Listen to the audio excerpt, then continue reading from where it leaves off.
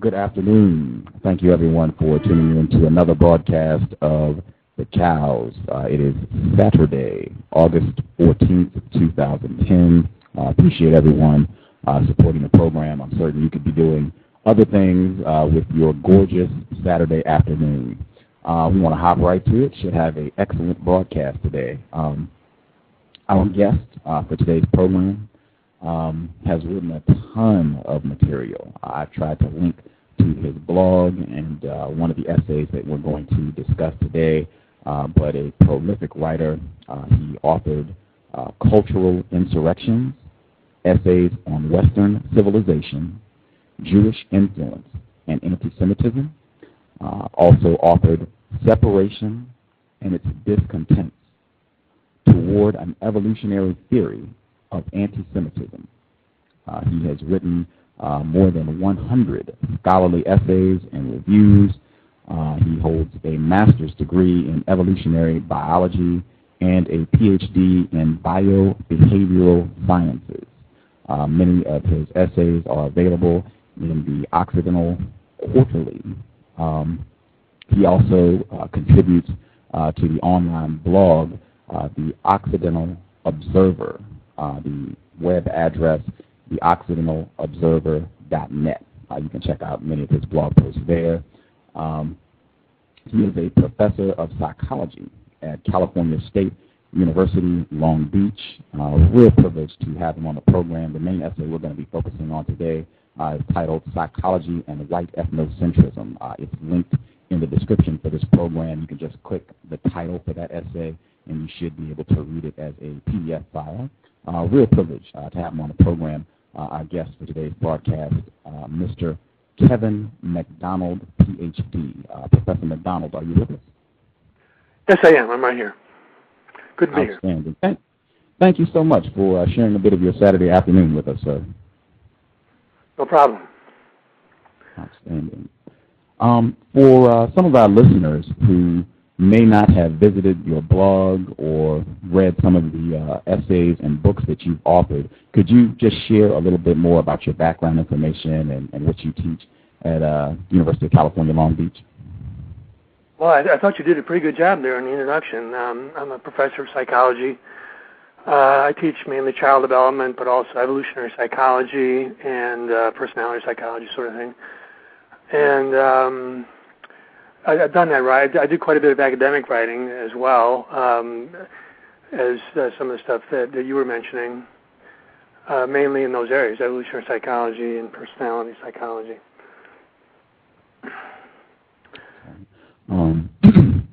I guess before we get started, I check with all our guests. You are a white man, is that correct? That is correct. And you are a black man, that is correct? Yes, sir. Okay. Before I hop into the essay, Psychology and White Ethnocentrism, I was curious because a lot of the guests that we've had on the program, they have talked about how the criterion for determining who is white and who is not white has changed quite a bit. I was curious to know, what is your criterion for determining who is a white person? Well, that's a good question. I would say, off the top of my head, that people whose ancestors go back to Europe, say, in the year 1500 or so, on both sides, on all sides. That is to say that they come from the European, are basically a European descended people. Yeah, that would be my criteria. Now, the population genetics, do support that. I mean, races are basically biological descent groups, and so there are obviously quite a few. There are several biological descent groups in the world: African descent, various Asian groups, and so on. But when I talk about white, I would restrict that to European descended peoples. Okay. Would it be possible for someone to be non-white and descended from European people? Well, again, going back, say, to the year 1500 as a criterion, if all your ancestors come from Europe, then you're white completely. Now, obviously, there are a lot of people who have various mixtures, and then you have to decide. We have various terms for that in the lexicon, mestizos and mulattoes and so on. But those are different. There are subtle differences. So people can be various percentages of white ancestry. That is basically borne out, I think, by the modern population genetic research. That is, there are increasingly more and more markers of genetic ancestry and getting more sophisticated at it. So I don't have any problem with that. I do distinguish, though, that I think there is social construction when it comes to race. And so you're right, at different times people have defined things differently. I'm only saying that right now it makes population genetics sense to have a certain kind of definition. It's not to say that it hasn't been used in different times and places for different reasons and had slight variations from that. Not at all. In fact, people use racial classifications for political and ethnic ends, and I think, in fact, one of my things I've mentioned a couple of times is that there are quite a few people who say that race doesn't exist, and I think that's a fundamentally political position that's used by people who basically are using that to advance their own ethnic interests, because quite a few of these people have very strong ethnic racial identities of their own. But as a political ideology, they have the idea that race doesn't exist. That sort of thing. I also wanted to check. Several of your essays have been published in the Occidental Quarterly, and you are a contributing writer at the Occidental Observer blog. What do you mean when you use the term Occidental? Well, it means West, so we're sort of have the idea that we're talking about Western culture, Western civilization as a particular, sort of cultural group, which obviously, had its origins in Europe. So that's the idea. Occidental is the opposite of Oriental. But it's just a term that I guess I didn't actually start that, but then I sort of got on board with it. Okay. Would it be accurate to say that Occidental and Western are synonyms for white? Would that be accurate? Well, maybe at one time. I mean, right now, though, I have to say that Western culture has become, pluralistic and self-consciously so. It has eschewed any kind of racial basis or anything like that. So, Western culture, I would have to say, as it's defined by most people anyway, would be much more inclusive. Anybody who lives in a country in a sort of Western cultural zone, that would include, Europe, Australia, North America, especially Canada and the United States, and that sort of thing, a sort of Western cultural zone, you might say. But that's not racially defined anymore. I mean, at one time, if you go back, say, in the early 1900s, there were certainly movements in that direction, and people have made that kind of argument that it's fundamentally a racial thing. But as it's usually understood now, I'd have to say that most people would not regard it that way. Okay. But I guess I just want to make sure I'm clear with Occidental and my listeners as well. When you use the term Occidental, you specifically mean European, Western culture. Is that accurate? I would say that's accurate. And and frankly, there's a trend, in people who write for the Occidental Quarterly, that they feel they're defending the West, that they want to defend a sort of traditional conception of Western culture, which was frankly more racially based. I'd have to say that that a lot of people feel that that the culture comes from the people. That the people created the culture as a sort of ethnic creation, and that it would change dramatically if the ethnic basis of these countries changed dramatically, which I think is probably correct. Okay. Would it be accurate to say that when you use the term Western culture, Occidental, European culture, you're talking specifically about white people? When I'm using it, again, I wouldn't presume to define this for other people, and I think the standard definition now would be much more racially inclusive. But again, what I sense in the people that are sort of the people who contribute to the Occidental Quarterly is that they do see themselves as sort of defending a white cultural tradition. That's right. Okay. Outstanding. I want to focus on the specific essay that I spoke with you about, psychology and white ethnocentrism. Fascinating essay, and anybody, if you are listening to this program, you can check it out. It's linked. All you have to do is click the title of the essay, and you can read it online as a PDF file. I wanted to ask if you could share with us what your ultimate objective was in writing psychology and white ethnocentrism. Well, it stemmed out of just some reading I did actually when I was on sabbatical, and I ended up writing a couple academics, about three or four articles now. Basically, the basis of this is the idea of dual processing, that humans have two sort of different ways of processing information. One is sort of reflexive and automatic and instinctual, like we sort of automatically, like if you see a snake, you'll automatically sort of jump, or if there's a very loud noise in the room, you'll jump. Well, that's automatic processing. You don't think about that. It's just a natural, it's like a reflex, a psychological reflex. Or if you see an attractive young woman or something, you're a man, if you're a heterosexual male and you see an attractive young woman, you have a sort of natural, desire or appreciation of that.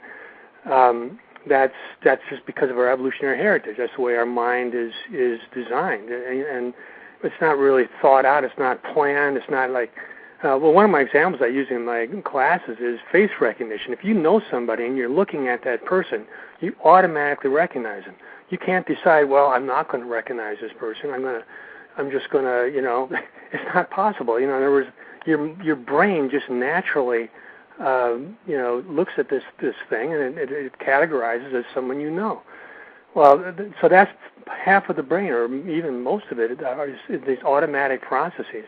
But then the other part of the brain is more explicit. It's more logical. It's more linguistic. It's it's kind of stuff like problem solving on an IQ test, where you haven't ever seen the problem before. You don't know how to solve the problem. You have to look at it. You have to think about it, decide the best way to solve it, and try to come up with an answer. That would be kind of a paradigm for explicit processing.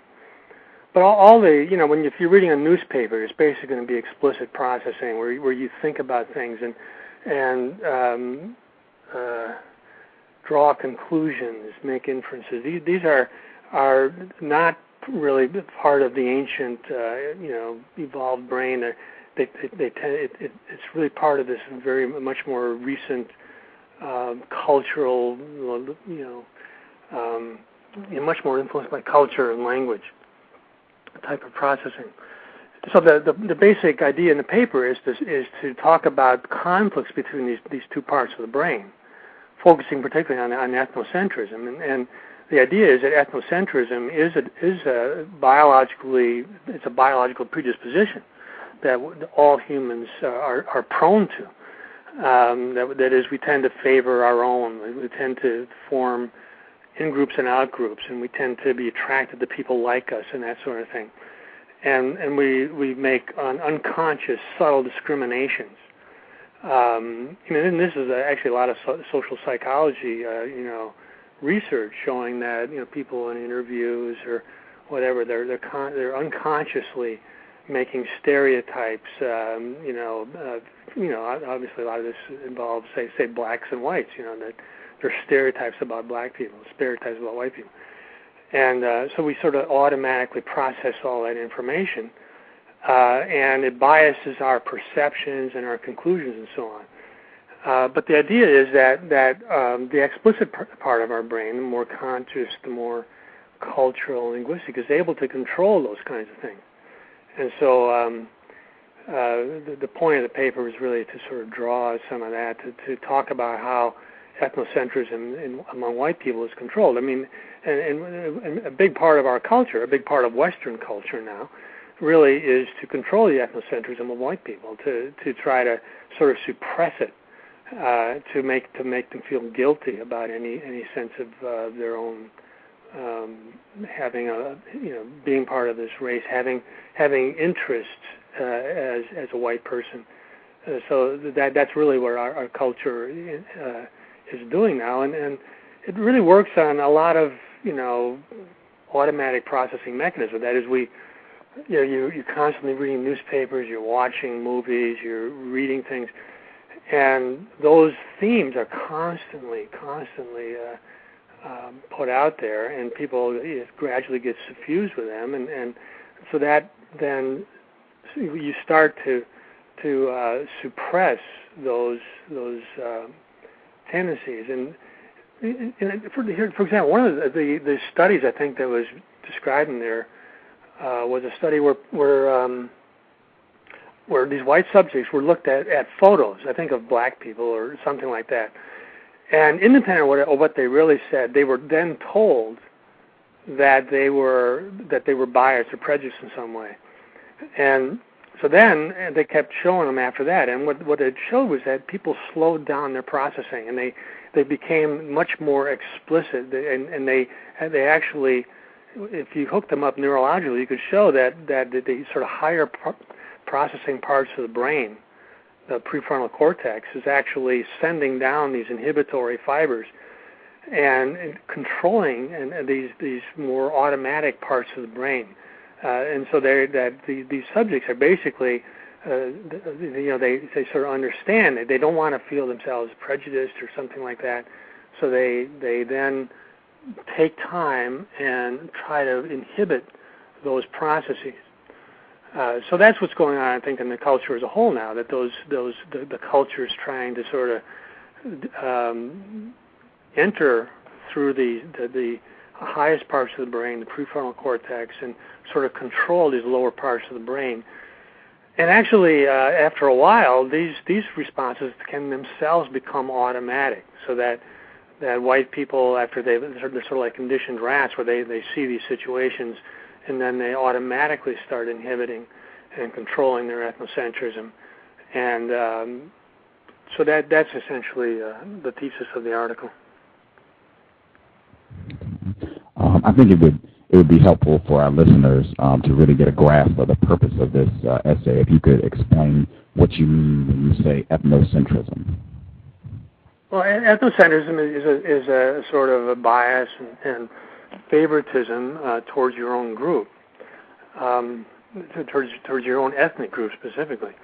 So there's a lot of research in psychology showing ethnocentrism. That is, that people have sort of more positive feelings to ethnically similar others. So that if you're again, this is something that can be controlled by your higher processing, but there's a sort of automatic tendency to favor people who are like you, and so they have what they call the implicit association test, which is online. It's at Harvard University. You go there, you just type in implicit association test, I guess, and you'll get there. You can actually take the test, and it shows that, for example, white people, about 80% of white people tend to associate positive adjectives with white people. They have photos of whites. It takes them longer to associate positive attitudes with black people, positive adjectives with black people. So again, this is part of the culture. This is part of the This is ethnocentrism. This is sort of a tendency to be attracted to favor people like yourself.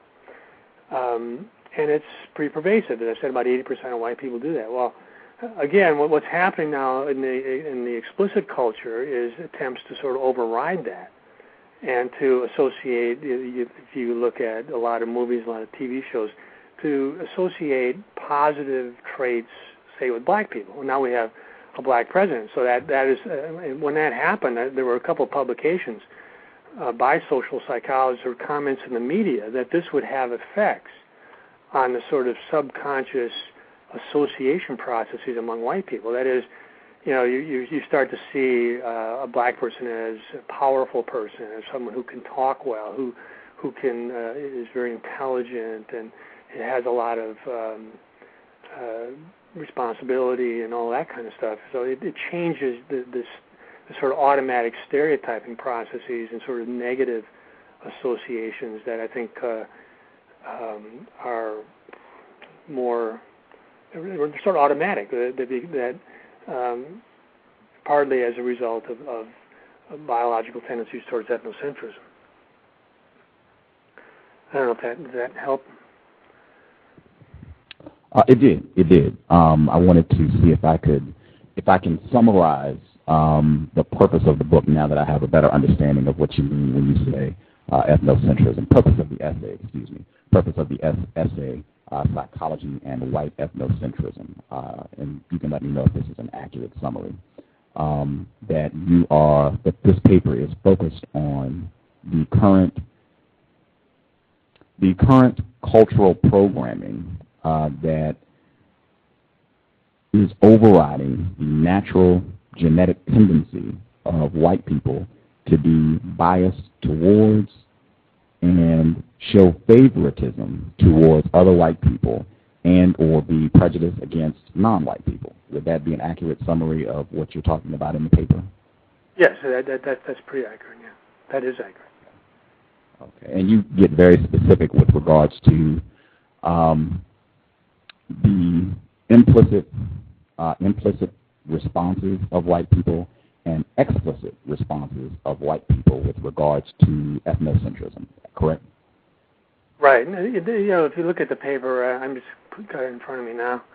I have a section on implicit processing, and I talk about how the sort of automatic processing. I say you're going in to buy a car without any conscious effort. Your brain is doing all these things, including looking at, as I say, the salesman, and trying to you're subconsciously decoding all his emotional expressions, the sex of the person, how attractive they are, all these kinds of things are automatically being done. Well, again, ethnocentrism, there are automatic processes related to ethnocentrism, where, again, you tend to be more attracted to people like you, and you tend to favor people more like you.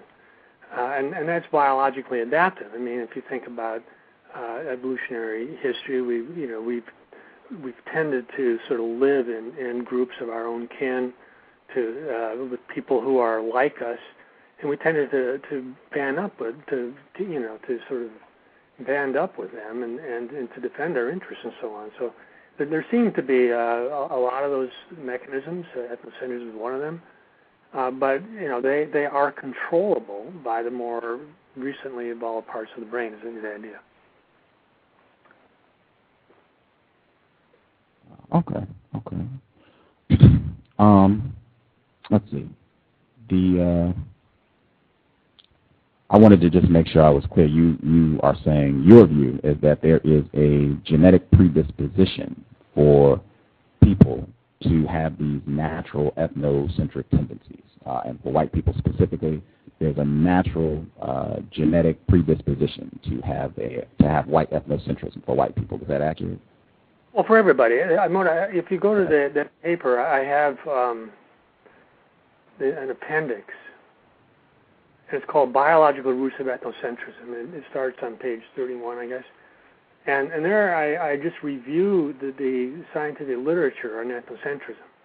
So this is not specific to white people. In fact, one of my theses is that white people are relatively non-ethnocentric compared to most humans. And the reason for that is whites are more prone to individualism. Our culture, and you think about Western culture as it developed, say since the Enlightenment, several hundred years ago, has a strong emphasis on individualism, producing things like capitalism, producing these sort of democratic and republican forms of government, that kinds of thing.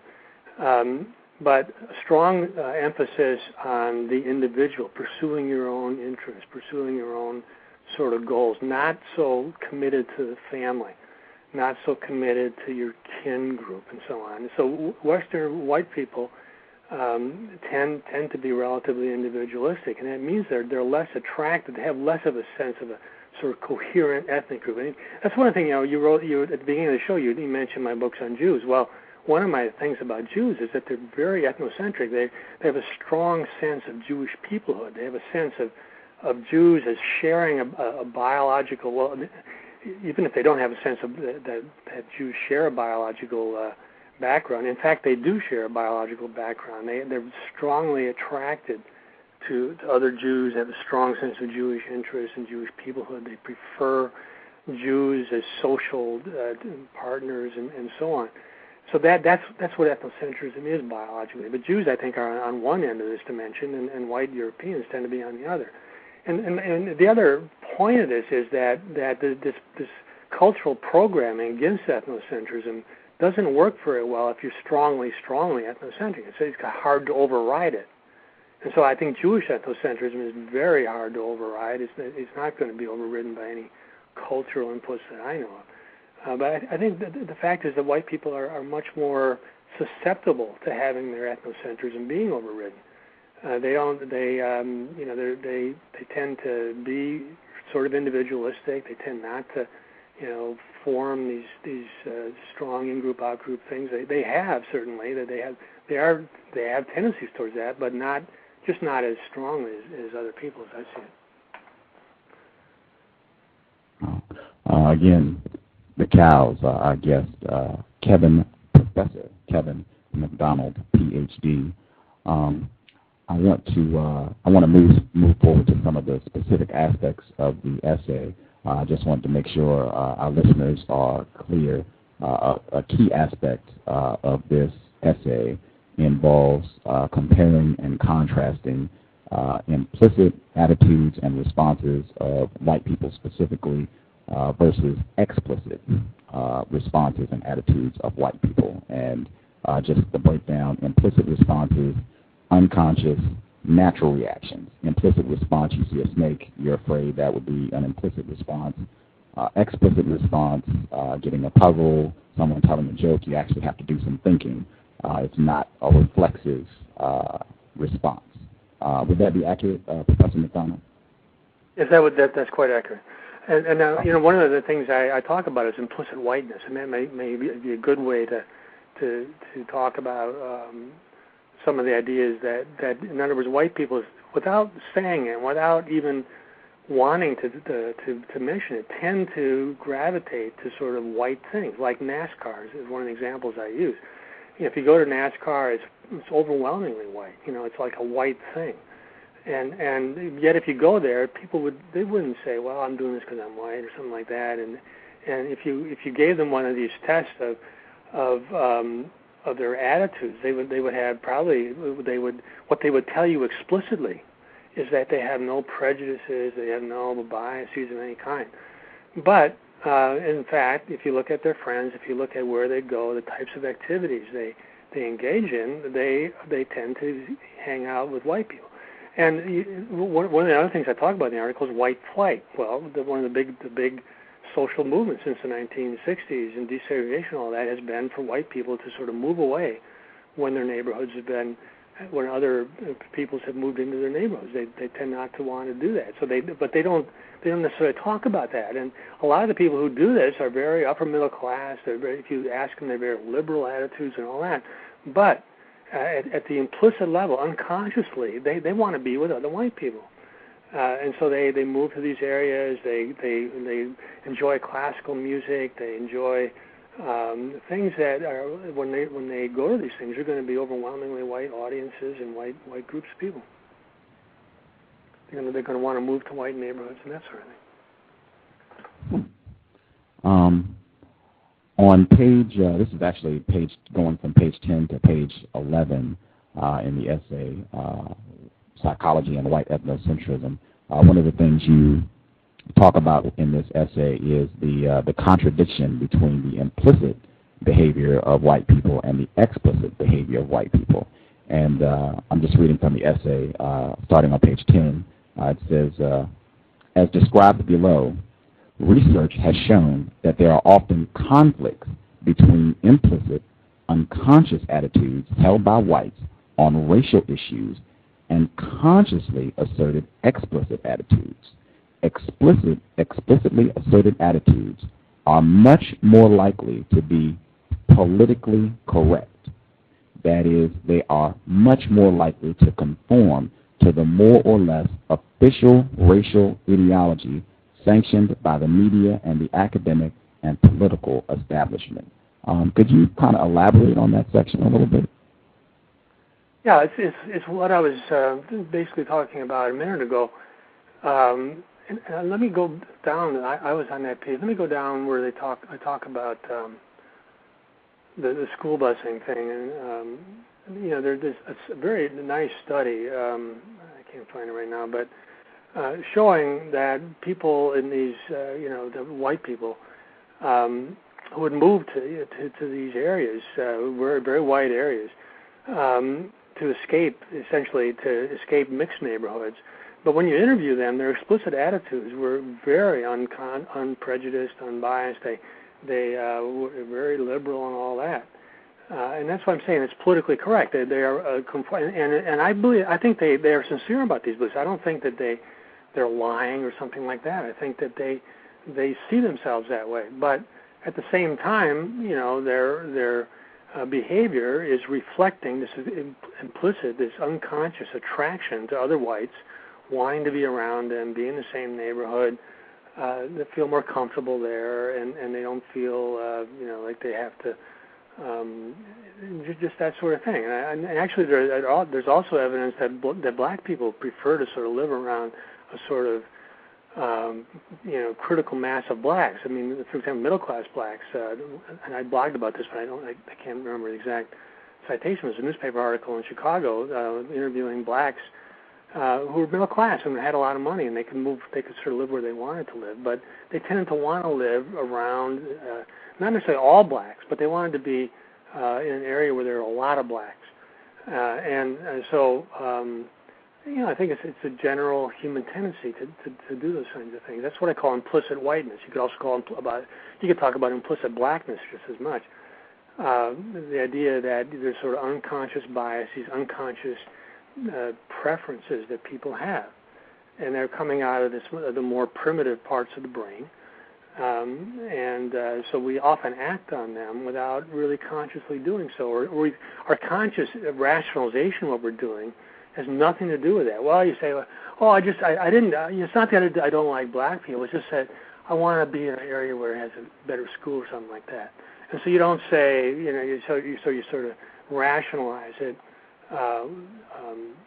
in those terms, but it's there nonetheless. So I think it's a very sort of natural tendency.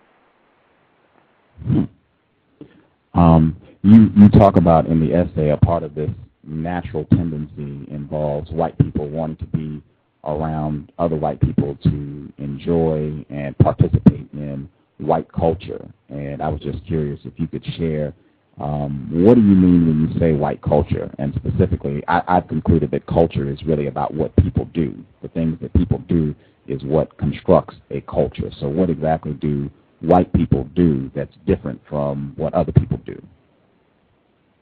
Well, in the essay, I focus on a couple of examples. There are probably a whole lot of things that I could have talked about. Well, one is NASCAR, as I was mentioning before. That is, if you look at NASCAR, the vast majority of the audiences are white and so on. And my understanding is that there's research, say, on television program watching, that whites and blacks say watch totally different TV programs. They go to different movies. I mean, in other words, there's a sort of cultural segregation. It's all informal. It's not, enforced by law or anything, but people just sort of gravitate to that. And I think it's these sort of implicit associational patterns. So actually, one of the guy, a guy who blogs on my site was talking about going to this concert by the AC/DC, I think it was, or some hard metal group, and there was like 0 non-whites in the audience. I mean, it was just a completely white thing. It was a rock and roll group, but it just was not something that appealed to non-whites. And it was the idea that it's an implicit whiteness, that people have these associational patterns that they again, they're not conscious. And I'm sure the people going to these heavy metal concerts are probably on the political left. They're probably very multiracial and have all these wonderful liberal ideas, but they tend to associate together and sort of do these sort of white things, again, without necessarily knowing it. And the other example I had in the textbook, I talk about the Republican Party. I think the Republican Party is becoming a white party, and there may well be, there's probably more to it than that, but it may be partly, again, a sort of implicit white associational pattern that white people are sort of coalescing there in multi-ethnic America. And in the future, the political parties will be more, even more so, I think, ethnically based than they are now. You'll have greater percentages of white people in the Republican Party. Right now, about 65% of white people are voting Republican, which is a landslide in any ordinary election. And I think it's going to go up to 70% soon. And whereas, if you look at the Republican Party, at least 90% of the votes come from white people. So it's becoming a white party. And I'm sort of seeing that. If you look at the Tea Party movement, I went to a Tea Party thing in July 4th weekend, and down here in Southern California. And Southern California is very multi-ethnic. We are sort of super multi-ethnic out here. But if you go to that party, there were like almost the entire, like 99% of the people there were white. There was just almost nobody who wasn't. So again, it's one of those sort of unconscious associational things. In fact, the Tea Party's often been associated as being white. It's condemned by the NAACP for that very reason.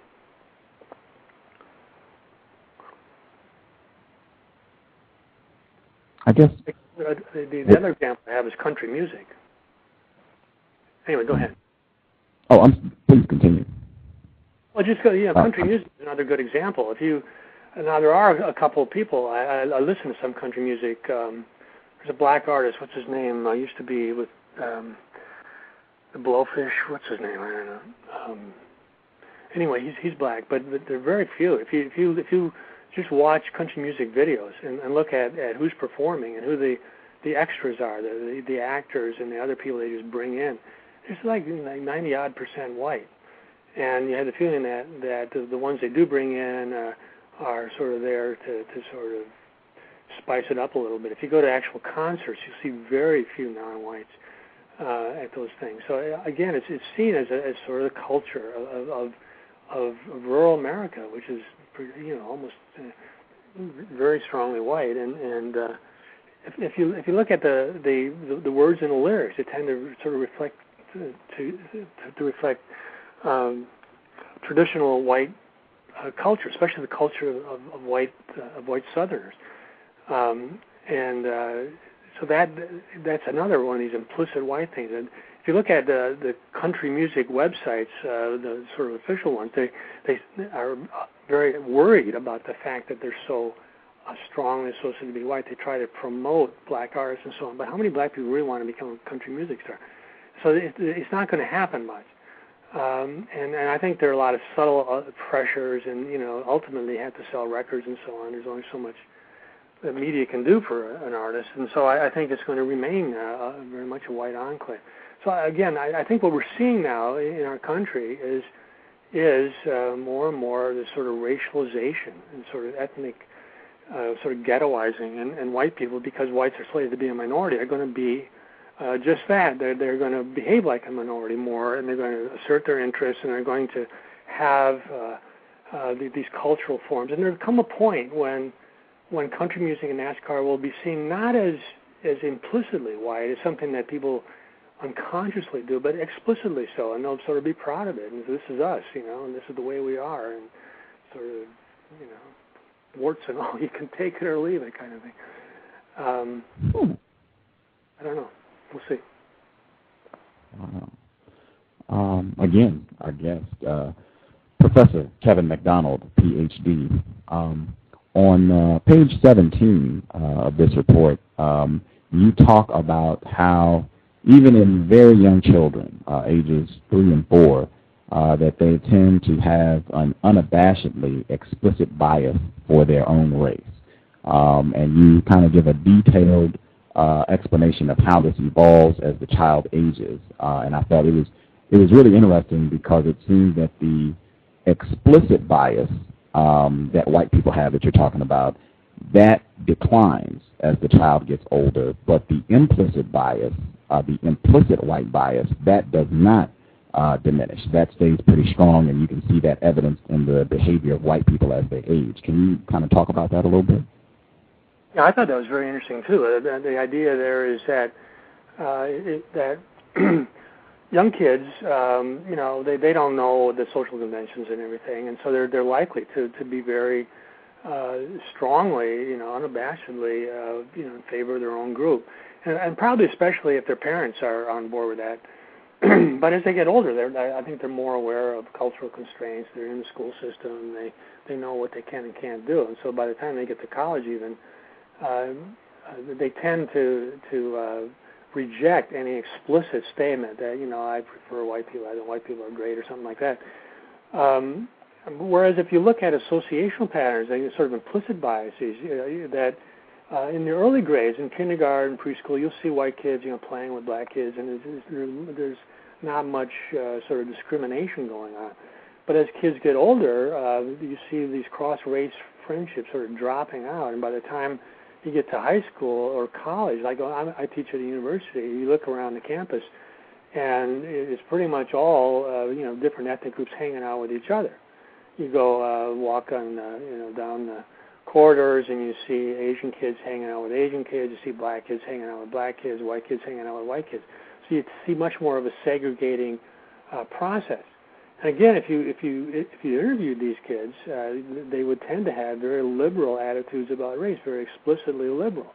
But when you look at who they're hanging out with, who their friends are, who they want to date, and stuff like that, especially when it comes time to get married, I think they're going to be much more discriminating, and they're going to be choosing people that are more like themselves, and that means ethnicity is one of the main ways that people can be like another person. So we tend to associate on that basis.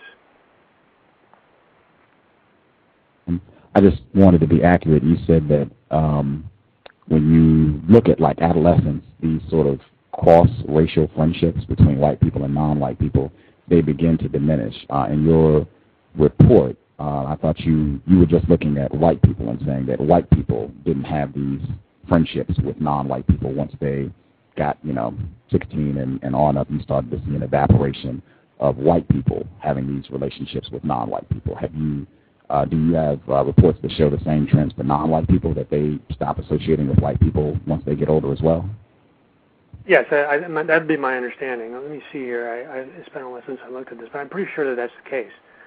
Again, as I was saying before, if you look at middle-class black people, they want people who can live anywhere they want. They tend to want to live in neighborhoods where there's significant amounts of black people, and sometimes sort of aggressively so. I mean, they want to live in sort of a black middle-class, upper middle-class neighborhood. So I think that these tendencies are pretty strong.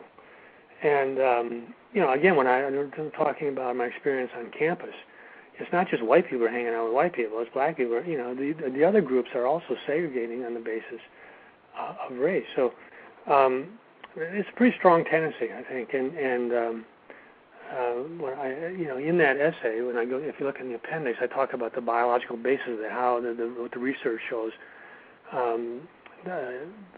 is the biological basis for these kinds of preferences. They're certainly adaptive from an evolutionary point of view. And we seem to have these discriminating mechanisms, but again, these mechanisms are at the implicit level, and they they can be overridden. So you can imagine kids saying to themselves, well, look, I don't want to have all white friends, so then they might try to make black friends. And certainly if you look at commercials, especially commercials directed, I think, at young men, say like sports commercials. You watch a football game or a basketball game, an awful lot of times you'll see whites and blacks together at a party drinking beer or something like that. This is the ideology out there. This explicit culture champions blacks and whites being best friends and being sort of living together as roommates and that kind of thing. And there's an awful lot of interracial portrayals of interracial sex and mating and marriage and stuff like that. So all those things are out there in the explicit culture, but they still that's part of the idea that the explicit culture is trying to influence these processes to try to get people's psychological reflexes more in line with this multicultural, multiracial ideology that they want to impose on people. On page 19 of this essay, and this is very much in line with that long-lasting implicit bias towards white people, you wrote that in the 1990s, the new generation of suburban Republicans simply took the politics of white flight to the national stage. As Cruz notes, different author, race is never part of the explicit rhetoric of white flight, which tends to be expressed as opposition to the federal government, the welfare state, taxation, and perceived moral issues like abortion and homosexuality. But at the implicit level, the desire for white communities and the aversion to the contributing to public goods for non-whites are the overriding motivations. I found that fascinating. Can you kind of elaborate on that and talk about why you think the overriding motivations behind all this is an aversion to non-white people? Actually, when you were reading it, it made me think of the Tea Party movement, right? I mean, this is exactly what they do. As I said, I went to this thing on July 4th weekend, and it was all white, and just like, actually, they had a black speaker there, which I'm sure they recruited because they don't want to be seen as racist. But what are the big issues? Limited government, taxation, illegal immigration. What? I apologize for. I just wanted you, if you could repeat what you just said. I felt that was very interesting. You said that at the event that you attended, the Tea Party event, that they had a black speaker, and you said that you felt this was a conscious effort to recruit this black person because they do not want to be perceived as racist. Is that true? Yeah, I don't know that that's the case, but I'm assuming that's the case. That is, there's a huge anxiety anytime white people. If you have a political group that's really composed of almost all white people, this is going to get on the radar screens of people in the media and political circles. I mean, right away, it's something that is just not supposed to happen. And so they know that they've been accused of being racist and all that.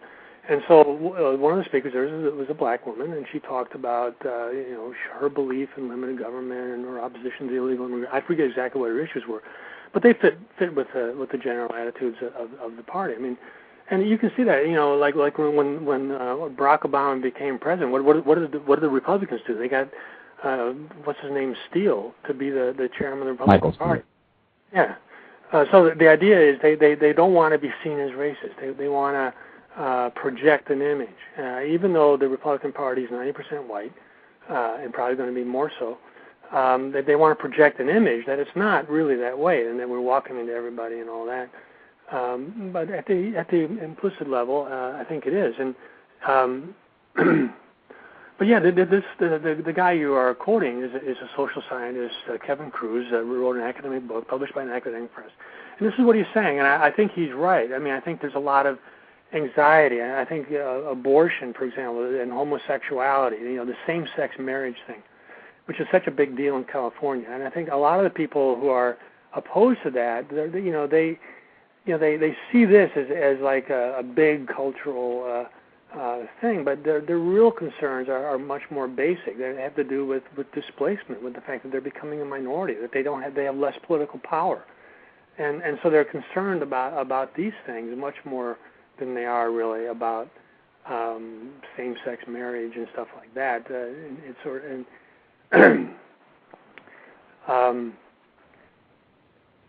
the other thing that is mentioned there is aversion to contributing to public goods, meaning things like healthcare. And you can see this, and one of the big things about the Tea Party movement is opposition to the Obama healthcare thing. If you look at the healthcare bill, it was strongly supported by non-whites, but not by white people. And I think what they're saying is, and what they find around the world, this is not just white people, that when people are in a minority, they have less of an interest in wanting to contribute to the public wealth. That is, they don't.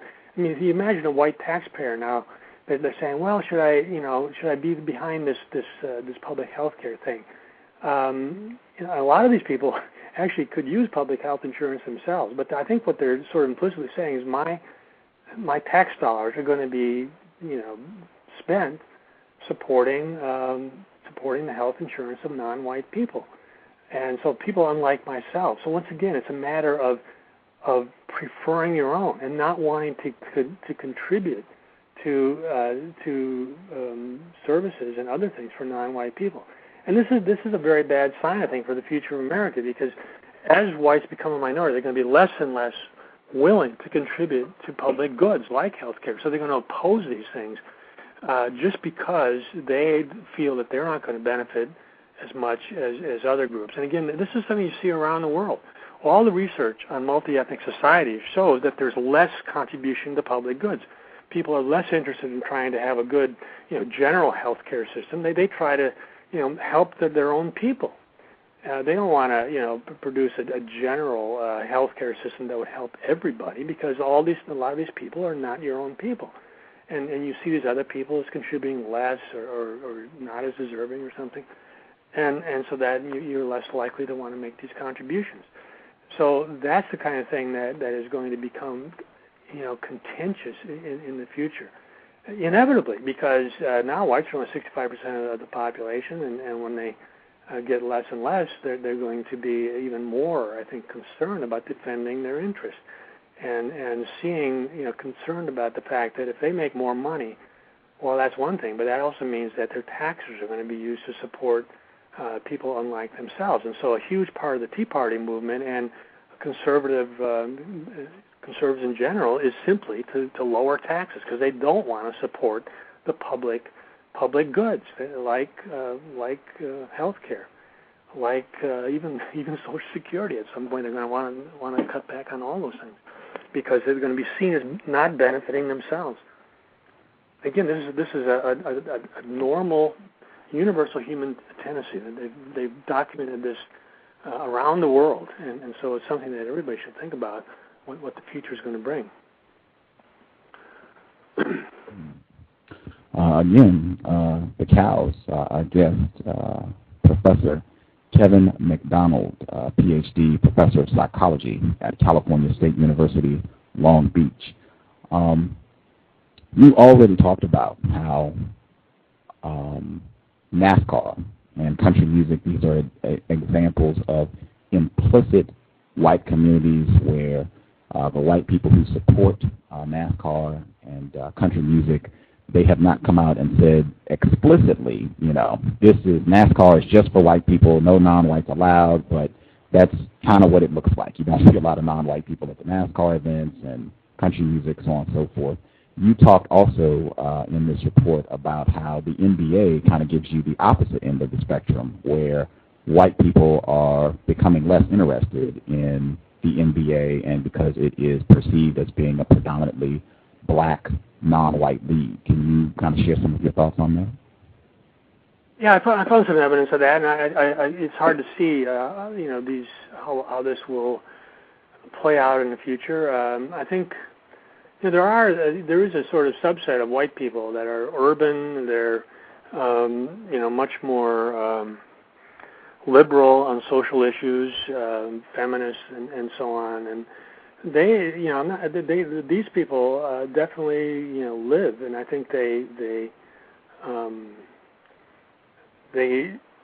much more open to multi-ethnic kinds of things, and probably see that as a badge. Jazz, for one thing, jazz I think is historically is a black thing at its core, but there are white musicians who have made a name for themselves, certainly, and but I think that scene is more of a sort of multicultural kind of thing. I think that is probably the aim. I think a lot of the people who would like to engineer our culture would be to have more white people involved in those things. But I think that you're going uphill. I think a lot of white people, significant percentage, significant number of them are attracted to that. These are the same white people who voted for, especially young urban white people. They're voting for Obama, and they're very liberal and that kind of. If you ask them their interests and so on, they would maybe include things like jazz and the NBA and all that. But again, I think that as people get older, and I don't think it's just a generational. I think it's an age thing. That is, I think as people get older, this certainly happened to me. When I was young, I was totally on the left. I was a jazz musician, and I was all this stuff. But as I got older, I just sort of drew away from that, and I just felt more comfortable, and I everything, those things tended to change, and I think that's what's going to happen when people start having families, when they try to move to find a good school and all that. They're going to tend to replicate this kind of stuff. We'll see what happens. I mean, these things are. I think the NBA is a good example, though, of if there is a multicultural sort of, popular multicultural thing, it is professional sports, and especially the NBA, but also the NFL. I mean, the football, professional football is 80% black, I think, and almost as much as the NBA. The NBA, though, especially, because the big stars have always been African Americans.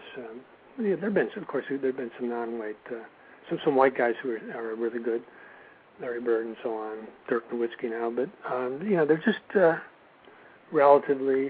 If you watch it, to me, one of the interesting things is watching the NBA All-Star game, and it's almost like a showcase for Black America. You have all these rap musicians and media people and other people. It's like black culture, and so I think it's seen that way, and again, that's attractive to a certain percentage of white people, especially young people or urban people. But I think that as they get older and other people who aren't like that, it's really not something that they are attracted to. Just kind of a parting shot with the NBA portion of the essay. You wrote that another sports writer, MSNBC's Michael Ventry, opined that the terms NBA and thuggery have become inextricably linked in the minds of basketball fans the world over. I just wanted to edit that sentence and see if it would still be accurate. I just want to add 2 words and see if it would still be accurate to what you intended with that statement.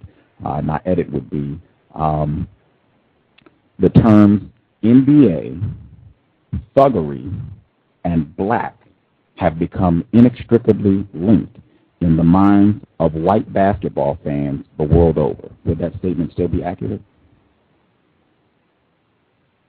I'm sorry, say it again. I was looking. Say that again, I'm sorry. Yes, sir.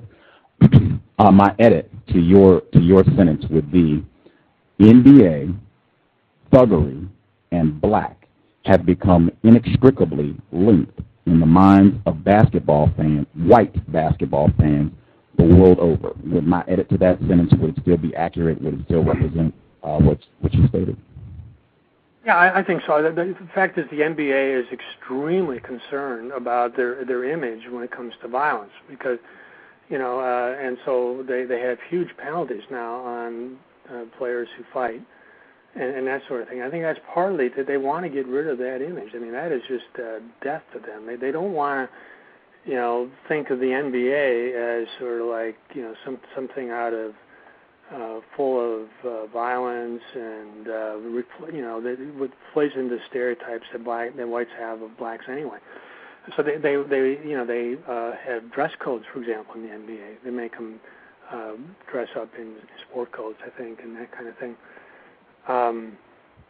But I think I mentioned that. As I say, that this is a quote from Gary Peterson, that the divide is a flashpoint. Never before a player seemed so unlike the fans, because the fans are predominantly white. If you look in the stands, they are.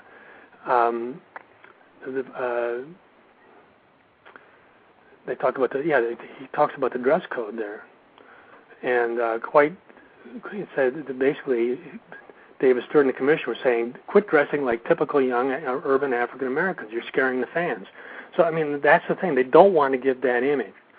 At the same time, of course, blacks are going to dominate that sport. But at the same time, they want to appeal to a white fan base. If the white people completely turn off from the NBA, it's going to have to really scale back the economics of it. But so they don't want to do that. But in order to do that, they have to make the NBA as white as possible, and that means policing dress codes, really clamping down on violence, trying to get to really strongly police drug use and that kind of thing that plays into all the stereotypes. So you got to do that. Yet I think that the image is still partly there, but it's still the NBA is trying its best to get rid of it.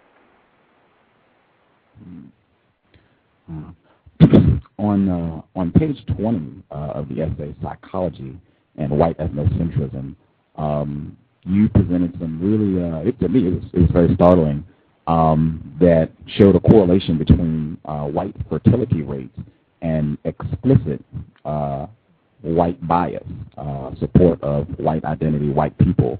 And you said, you were talking about the 2004 presidential election, and you said that Bush also won 53% of single white men and 66% of married white men.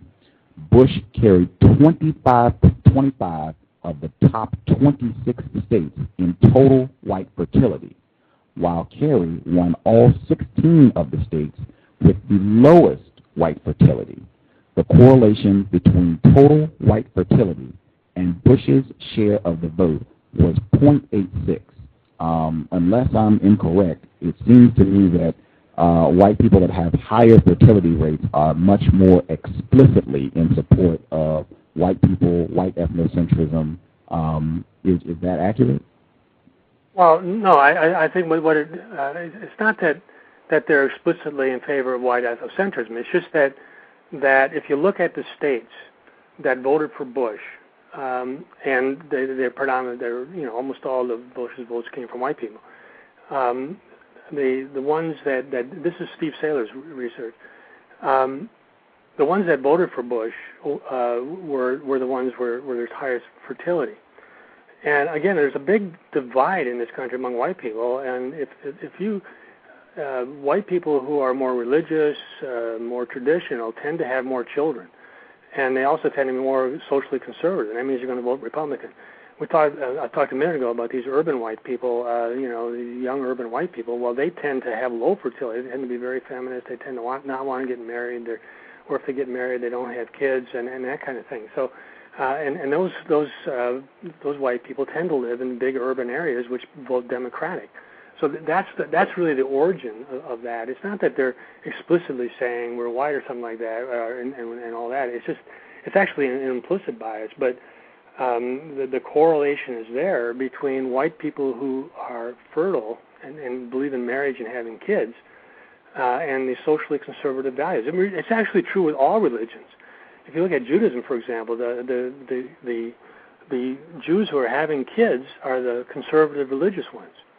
Well, among white people, that's the case as well. So evangelical Christians and so on, they tend to be highly fertile. But they're also social conservative. They're going to tend to vote Republican. They're not going to be, attracted to these urban things and multicultural this and that. They tend to be attracted to an implicit white culture. And when they go to church, they're going to be around other white people and so on. So that's all I was trying to say with that. I don't know. To me, you already shared on the program today that the Republican Party is becoming, it seems, explicitly the white person's party in this area of the world. The Tea Party movement, some of the writings on your blog suggesting that might become stronger as we go along and as white people feel increasingly threatened from non-white people. The fact that you stated Bush carried 25 of the top 26 states, this correlation seems pretty strong to me between high fertility rates amongst white people and a stronger, even I would say more explicit expression of this white bias. That sounds inaccurate to you based on what you wrote in the essay? Well, I don't say that it's an explicit white bias. I think it's all done at the level. I think that these are people say. I mean, a prime example of this. I think what's really driving it is a religiously conservative white person. Okay, they're evangelicals. They don't have a racial bone in their body when it comes to explicit. Their whole worldview is framed in terms of religion. Their big issues are things like abortion, homosexuality, and that sort of thing. And when they vote, though, they see the Republicans as better on those issues at the explicit level. But I think there's also, they are part of an implicit white culture. Again, it's sort of like NASCAR, where when they go to their churches, they're going to be predominantly white. They're going to be people who are seeing the world the same way they are, and very much that's their worldview. So I don't think it's explicitly racialist at all. In fact, that's definitely not the case. But it takes its cue, I think, from sort of implicit white biases, and conservative Christianity essentially is an implicit white culture, at least among white people.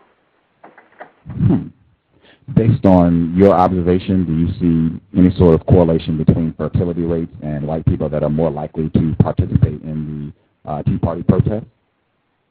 Yeah, it's going to be the same group of people, really. And I think that what you see with the Tea Party people, they tend to be sort of lower middle class whites, rural.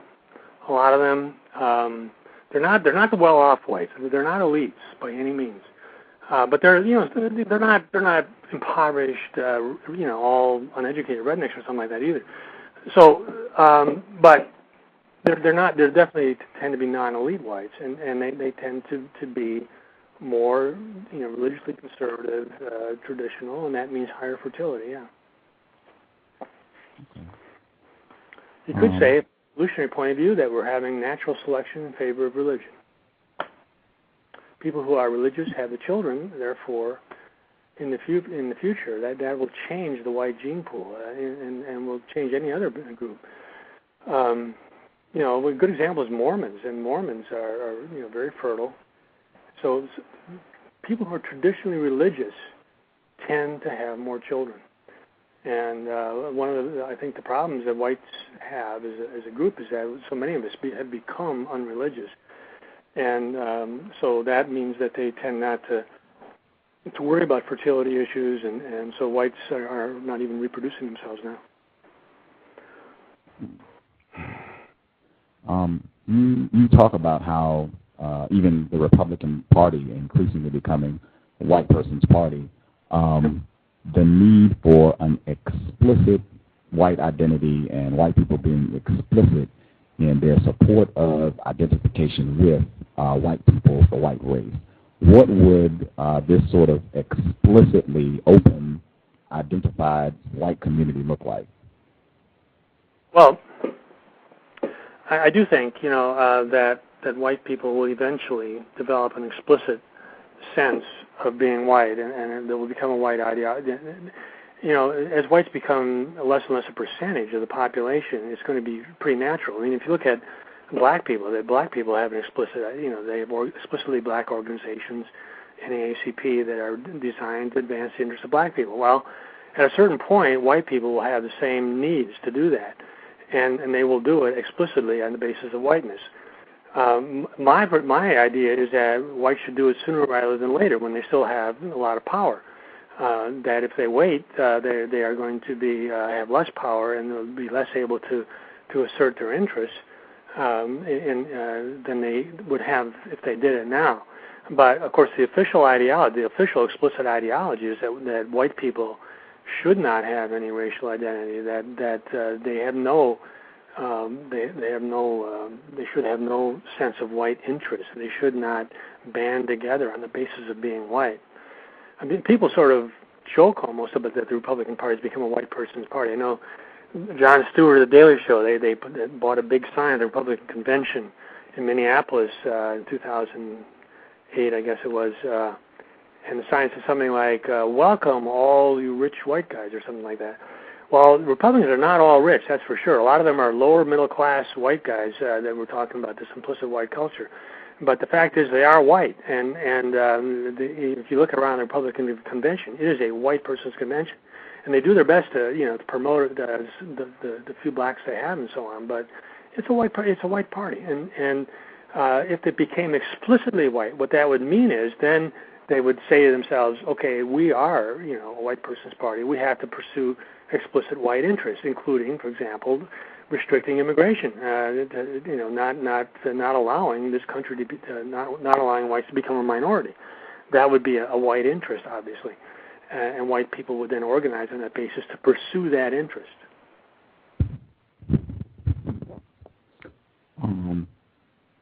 You also wrote in this paper that white people have an implicit, natural, unconscious fear of black people.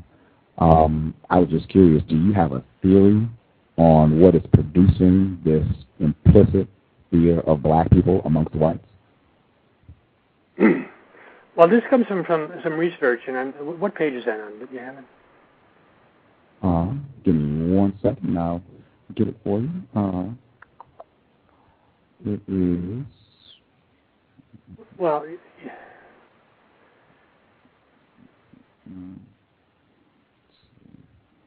Now, my view on that would be, and looking at this research, this is based on research in these preference experiments. Again, I'd like to know exactly what page it's on, because then I could really... I'll find it. Let me get it right now. Yeah.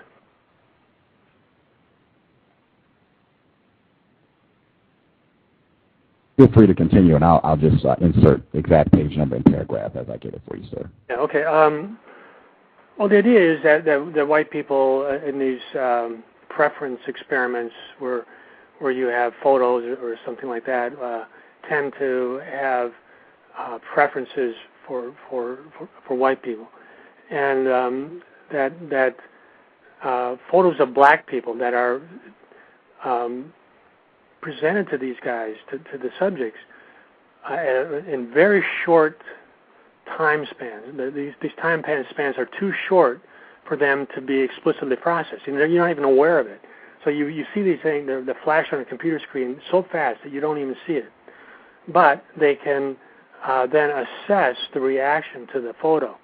And there's a fear reaction there. Now, I think that it is unconscious, it is a bias, and the question really, though, is where this comes from. And it could be that this is an automatic thing that is sort of overlearned. That is, that because of the association that white people have with blacks and criminality, and that sort of thing, that there's a sort of automatic unconscious reflex when they see the picture of a black person, especially a black male, and sort of scowling. If you look at the photos that they use in these tests, they tend to be scowling young black males.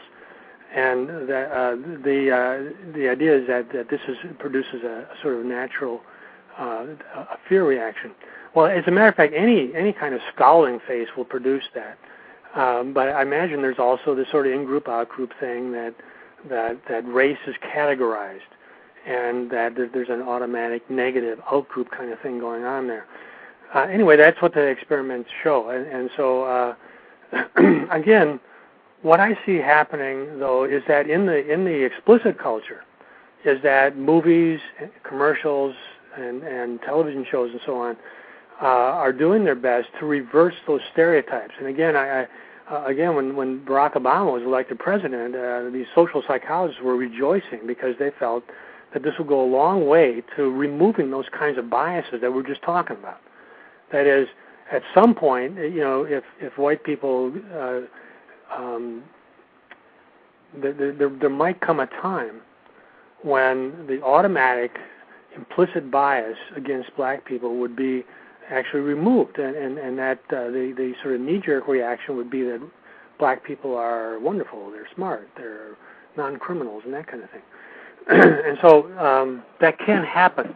I mean, that's another part of this essay that is important, is that learning and environmental mechanisms can override these things, these implicit associations, these implicit biases.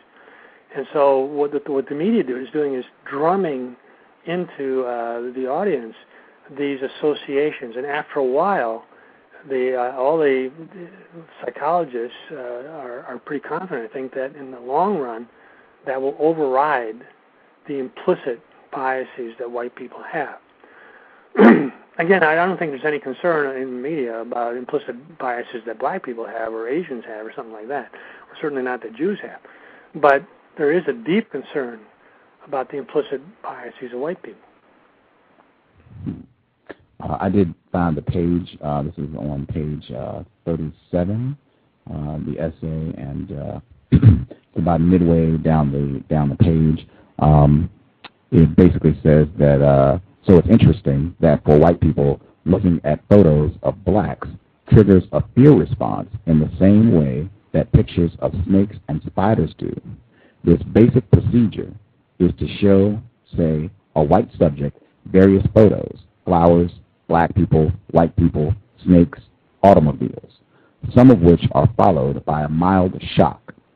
After learning what will happen when the photos are presented, subjects anticipate the shock by showing a fear response as soon as the photo is presented.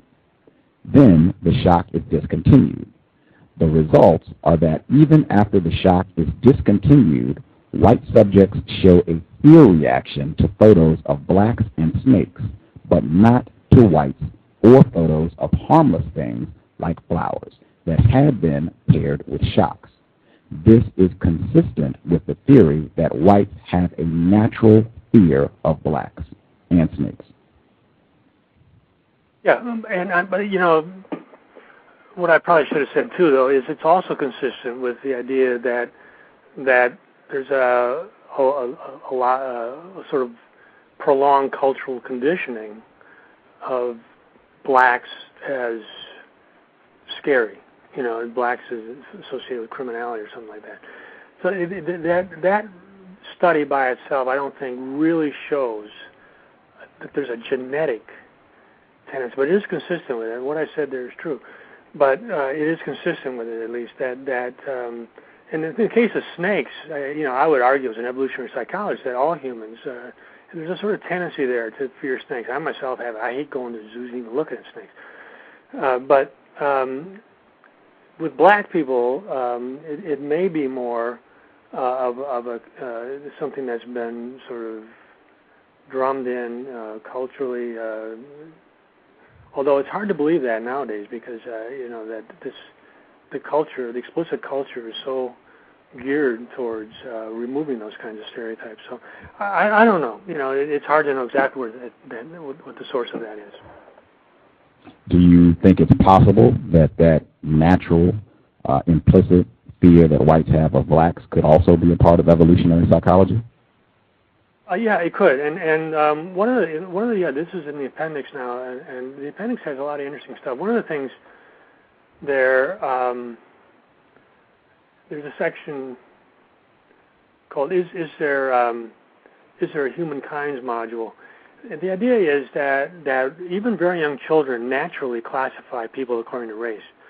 3-year-olds, 2-year-olds, and so the idea is that race may be sort of a natural category, sort of like trees or something like that, and let me look at this. The idea is that if they are, then there might be a natural sort of negative response to somebody from a different race. But overriding that, it could be that this works by exposure during infancy. There's some research by some Israeli researchers showing that if babies don't get experience with other ethnic groups, say they're in most kids, I mean, in all groups. So say you're born in a black family. Who are the people you see? Well, you see other black people, and so that sort of programs your human, this module in your brain to say that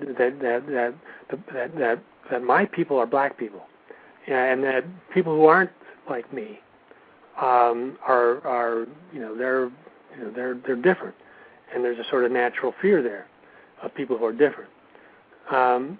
And so the idea would be that that's programmed during infancy. So a white baby, the same way, they're born into a white family, all the relatives, the people they see are all white. That's sort of their people, their group. But it's programmed not genetically, but by their environmental exposure. So then the module works by creating negative responses when they see somebody who's not from their group later on.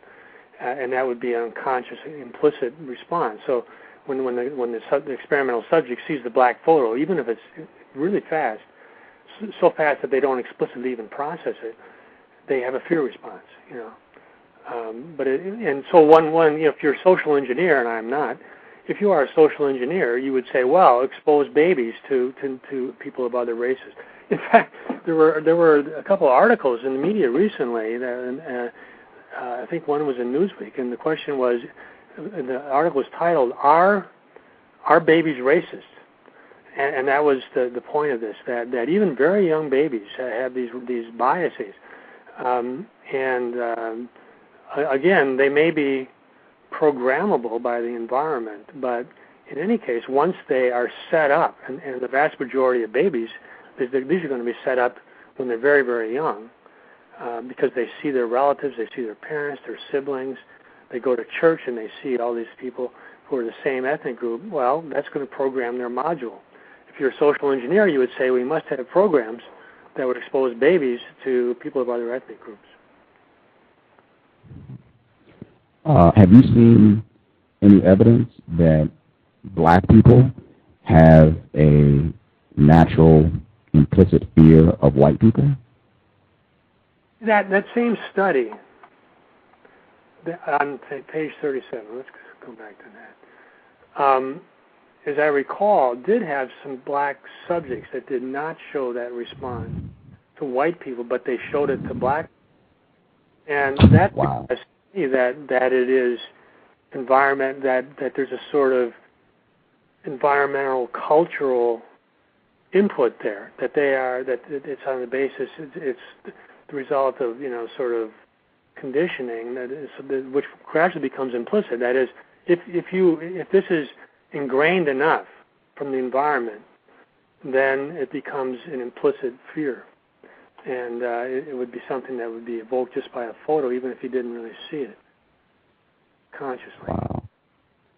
I want to make sure our listeners heard that clearly, that the same study, black people did not show an implicit natural fear of white people. They seem to show a natural implicit fear of other black people. I'm not sure. I'd have to go back and look at that. Okay, but my impression, my memory, if my memory serves me, that is correct. Okay, and I think that's important as well, because you said it could be possible that the natural fear that white people have of black people, that could be a part of evolutionary psychology. That could be a big difference. If black people don't have that natural fear of white people, even with the history of mistreatment that white people have inflicted upon black people, if black people don't have that, that's very interesting, that has not evolved as a part of the psychology of black people. Wouldn't you say? It would. It's sort of surprising in a way, isn't it? I think so, too. Oh, please continue, please. Look into this more. Again, I think that this whole area of psychology is a bit unsettled. I'm a developmental psychologist, and I really do think a lot of our modules are programmed in infancy. For example, face recognition modules. One of the interesting studies in my textbook, and every time I go over it, I think about it, is that babies very rapidly learn to recognize human faces, any kind of human face.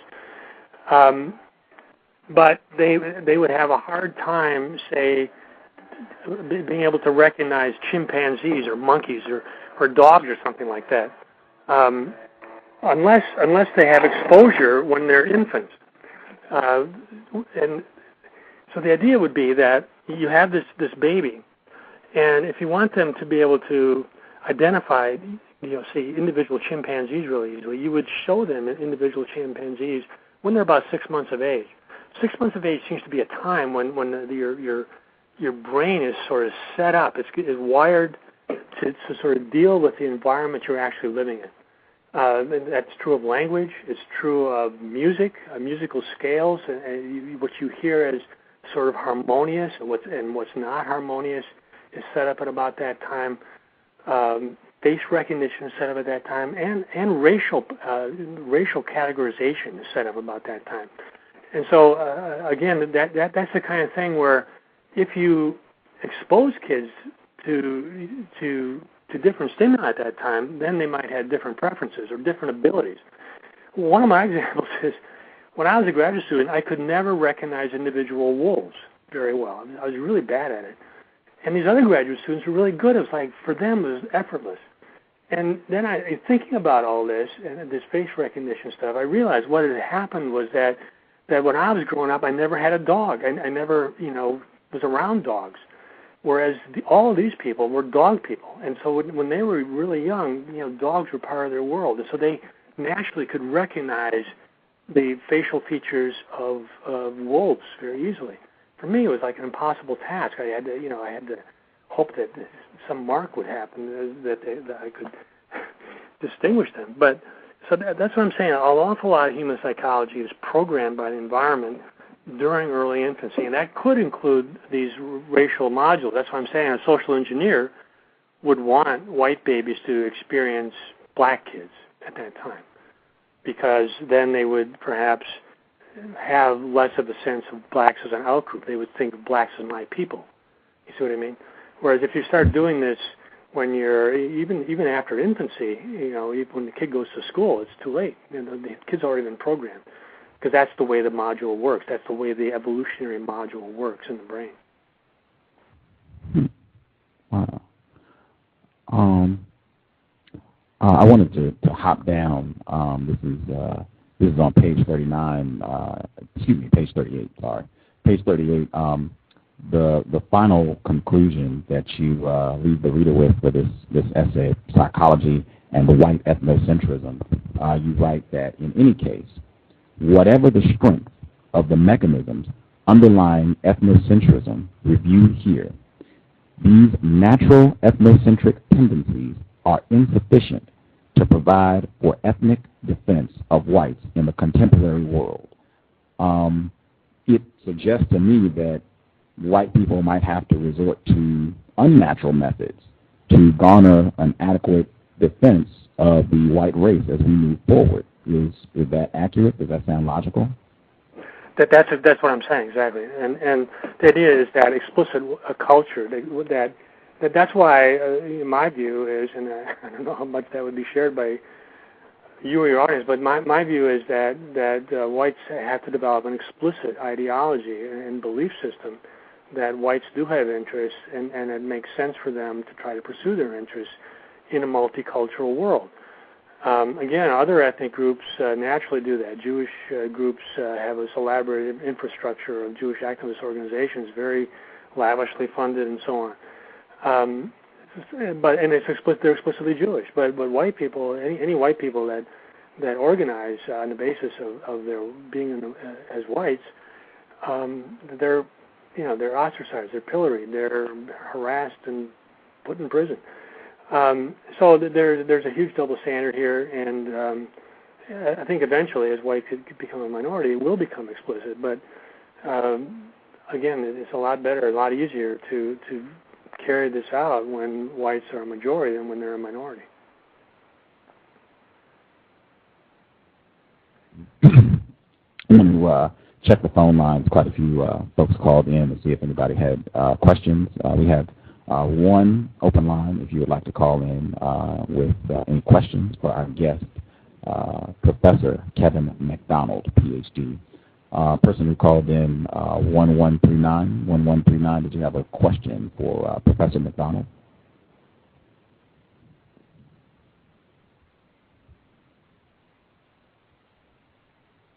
Person at 1139, did you have a question for Professor MacDonald?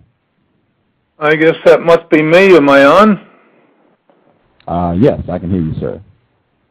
I just tuned into the show, and I find it interesting. I am a white male, and I am trying to bring people together in some very powerful ways. And I caught the title of the professor's book, Cows. I actually have a short article I wrote titled America's New Transformational Economy Based Upon Cows. COWS stands for Corporate Opportunity Websites. It's something that's of no risk. It's a strategy that can be implemented by businesses at will with no risk that will allow them to expand and diversify to an unlimited degree in any field and create jobs and opportunities at the same time. It's going to transform the whole global business environment.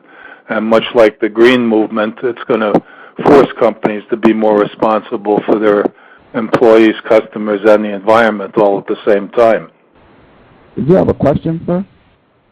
Yes, I wanted to see exactly where he sees all the Rainbow Coalition coming together in the future, because right now it looks like we're dividing again a little bit with the chaos that's out there, and I'm trying to get people to remain calm and embrace our differences and really work together.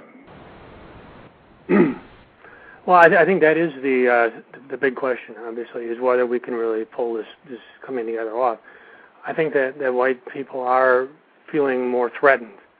They are becoming a minority. I think that any majority that voluntarily gives up their power is being foolish, because when that happens, they have to hope that the legal system and so on will continue to work in an unbiased manner and serve be compatible with their interests. I do think there's a lot of anxiety among whites. I think the Tea Party is all about that, and I think we'll see. I think I'm just not sure what will happen, but I do think that white people who fail to really see what the dangers are in becoming a minority are being very naive. It's one thing for whites to be part of a Rainbow Coalition when they're 80-90% of the population. I was part of that too. But as I see the future, and I see that an awful lot of the non-whites have these very strong historical grudges and a lot of hostility toward white people because of what's happened in the past. And I'm not saying that's wrong. I think that white people treated blacks very, very badly, obviously. I write a lot about Jewish issues. Anti-Semitism has been a huge issue over historical time. So I'm not denying that, but I'm just saying that whites are silly to put themselves in a minority position given the hatred that so many non-whites have against them. Thank you for the call, sir. Person called in from a blocked number. Person at a blocked number, did you have a question for Professor MacDonald?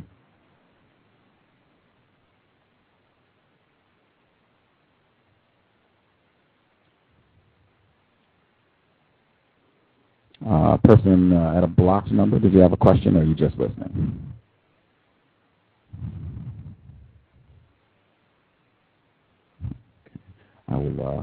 I will assume you are just listening. If you should change your mind, I will just press 1 if you change your mind. That way I'll know you have a question. Person at 4404, 4404. If you had a question, I can get your line.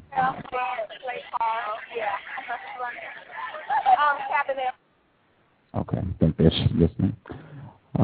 Not sure if Justice, if you are there, if you have any questions, feel free, your line is open.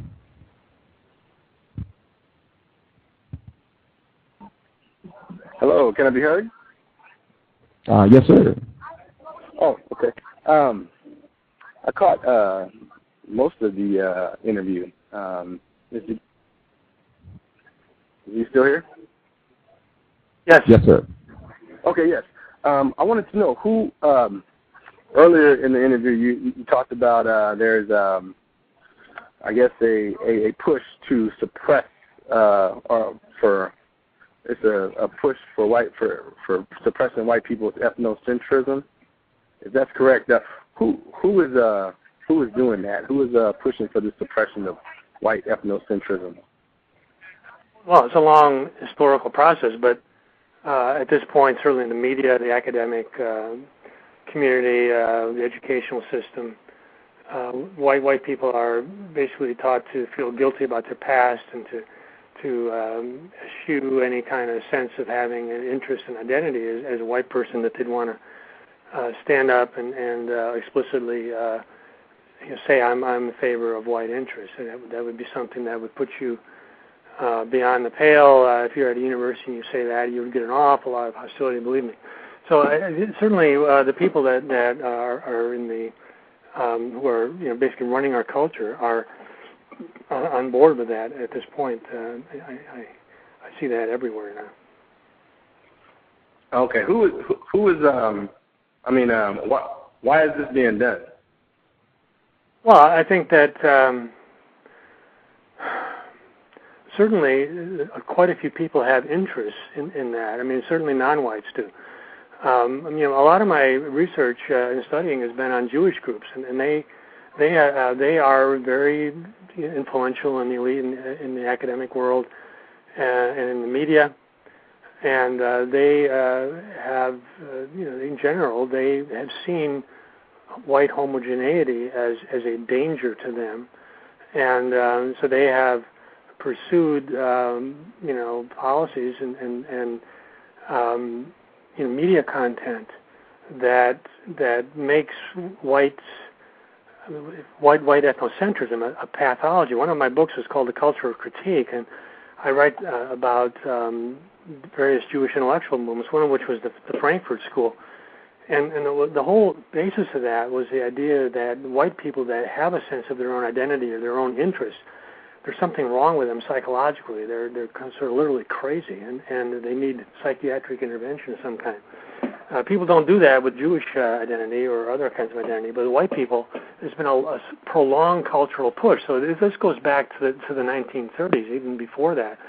Anthropology is a good example. The Boasian School of Anthropology had the idea that race was not a proper category, that Western culture was no different or more advanced than any other culture, and they were very much in favor of immigration and cultural relativism and all that. Well, the whole idea that white people had something that they should identify, that they have sense of interest, that they should regulate immigration policy in their interest or something like that, is just anathema to these people. So they became the elite. They became the most prestigious cultural institutions, the most prestigious media, and that's how it happened. Again, this is something that took a long time historically, beginning in the 1920s and early part of the century.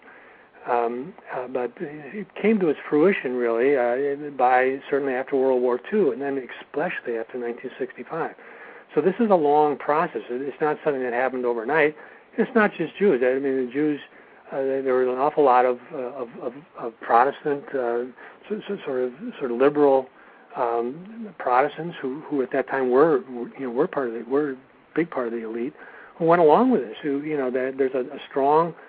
We talk about Western culture and its tendencies. Well, one big tendency is universalism, and so a lot of these very prestigious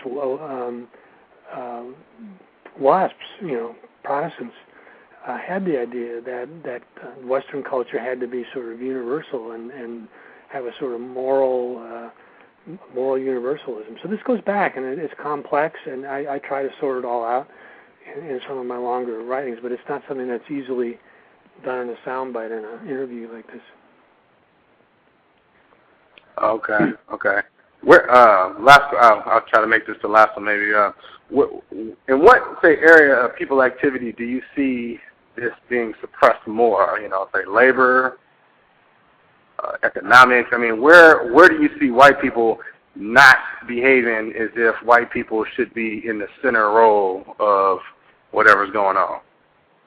Well, I would say I'm not sure what the correct answer to that is, but in my experience, certainly the academic world is par excellence a world in which any sense of white identity is just absolutely frowned on, and huge hostility towards it. And there's no way in the world that an academic professor, assistant professor, could get tenure if he espoused those beliefs. Now, when I started talking this way, I'd already had tenure, but when this became public and known at my university, I mean, there was just a deluge of hate directed towards me. The Southern Poverty Law Center came on campus to investigate me. It was like a big deal. And I was ostracized. People hate me. They won't go to lunch with me. They just want, it's like I'm the outcast because of that. So I think the suppression of white identity is strongest at the most elite institutions and academic institutions. It's certainly true in the media. You have conservative pundits and like Rush Limbaugh and so on, Fox News, but if any of those guys were to really come out and say, look, I'm Bill O'Reilly and I'm a white guy, and I think that white people really have a strong sense of their own interest and identity, he'd be off Fox News before the program ended. So there's very strong police censorship in the media, especially the elite media. Now, the internet is a problem, but it's there's a big gap between the internet and the mainstream elite media. Okay, what? Maybe you said it earlier in the broadcast. Like, what school were you talking about? You had your tenure at, and it would have been an issue. What school was that? Well, I'm talking about my own personal experience at California State University in Long Beach. Okay, was there? What's the percentage of non-white people who are at Cal State?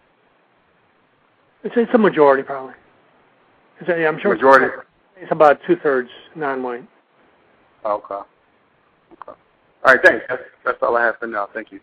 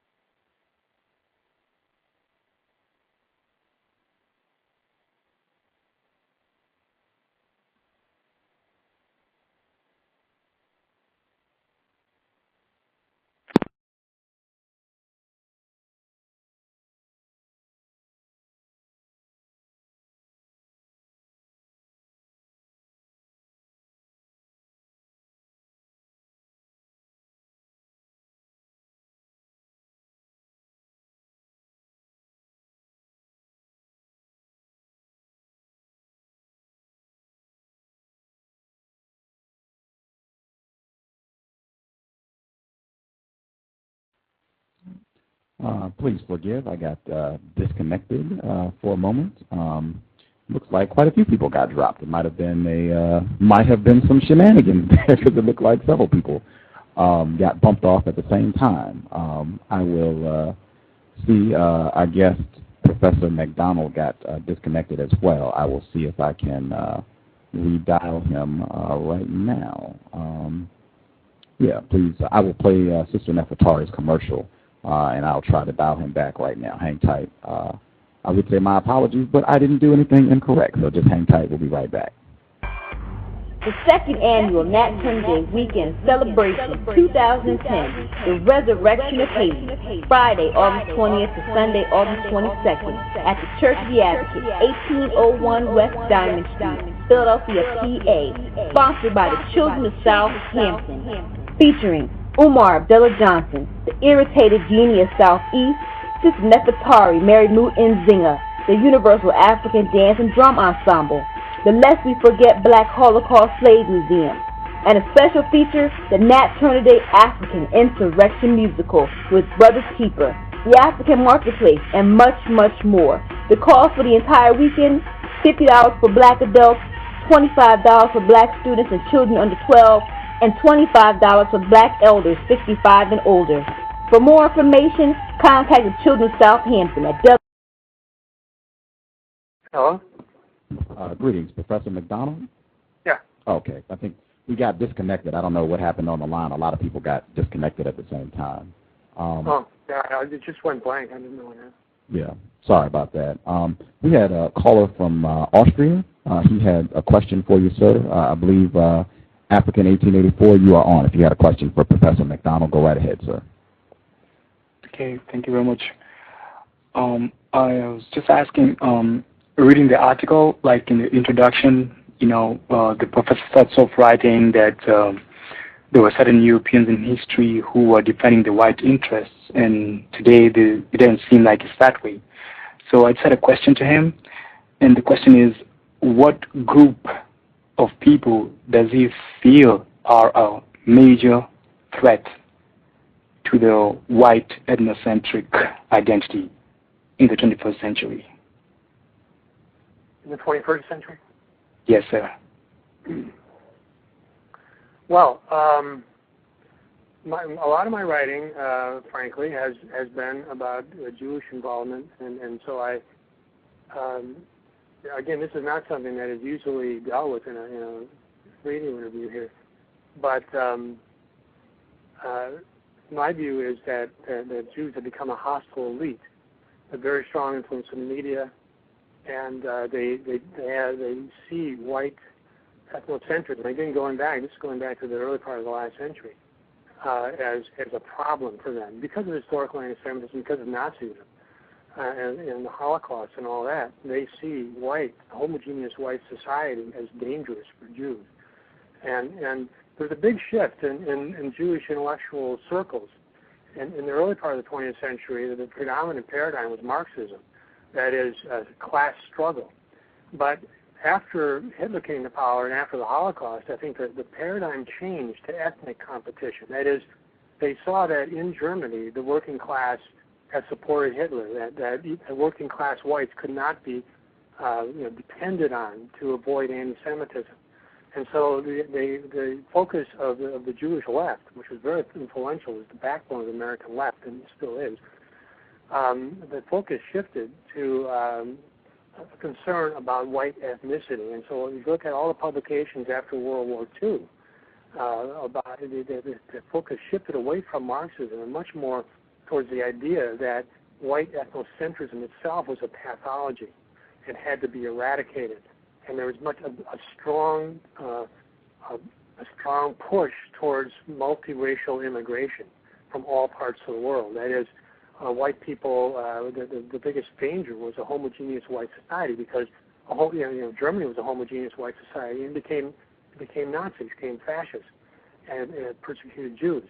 Well, the same thing could happen in America. America was a white society, basically 10% blacks, in 1950, and it was seen as a threat that homogeneous white society per se was a problem for Jews.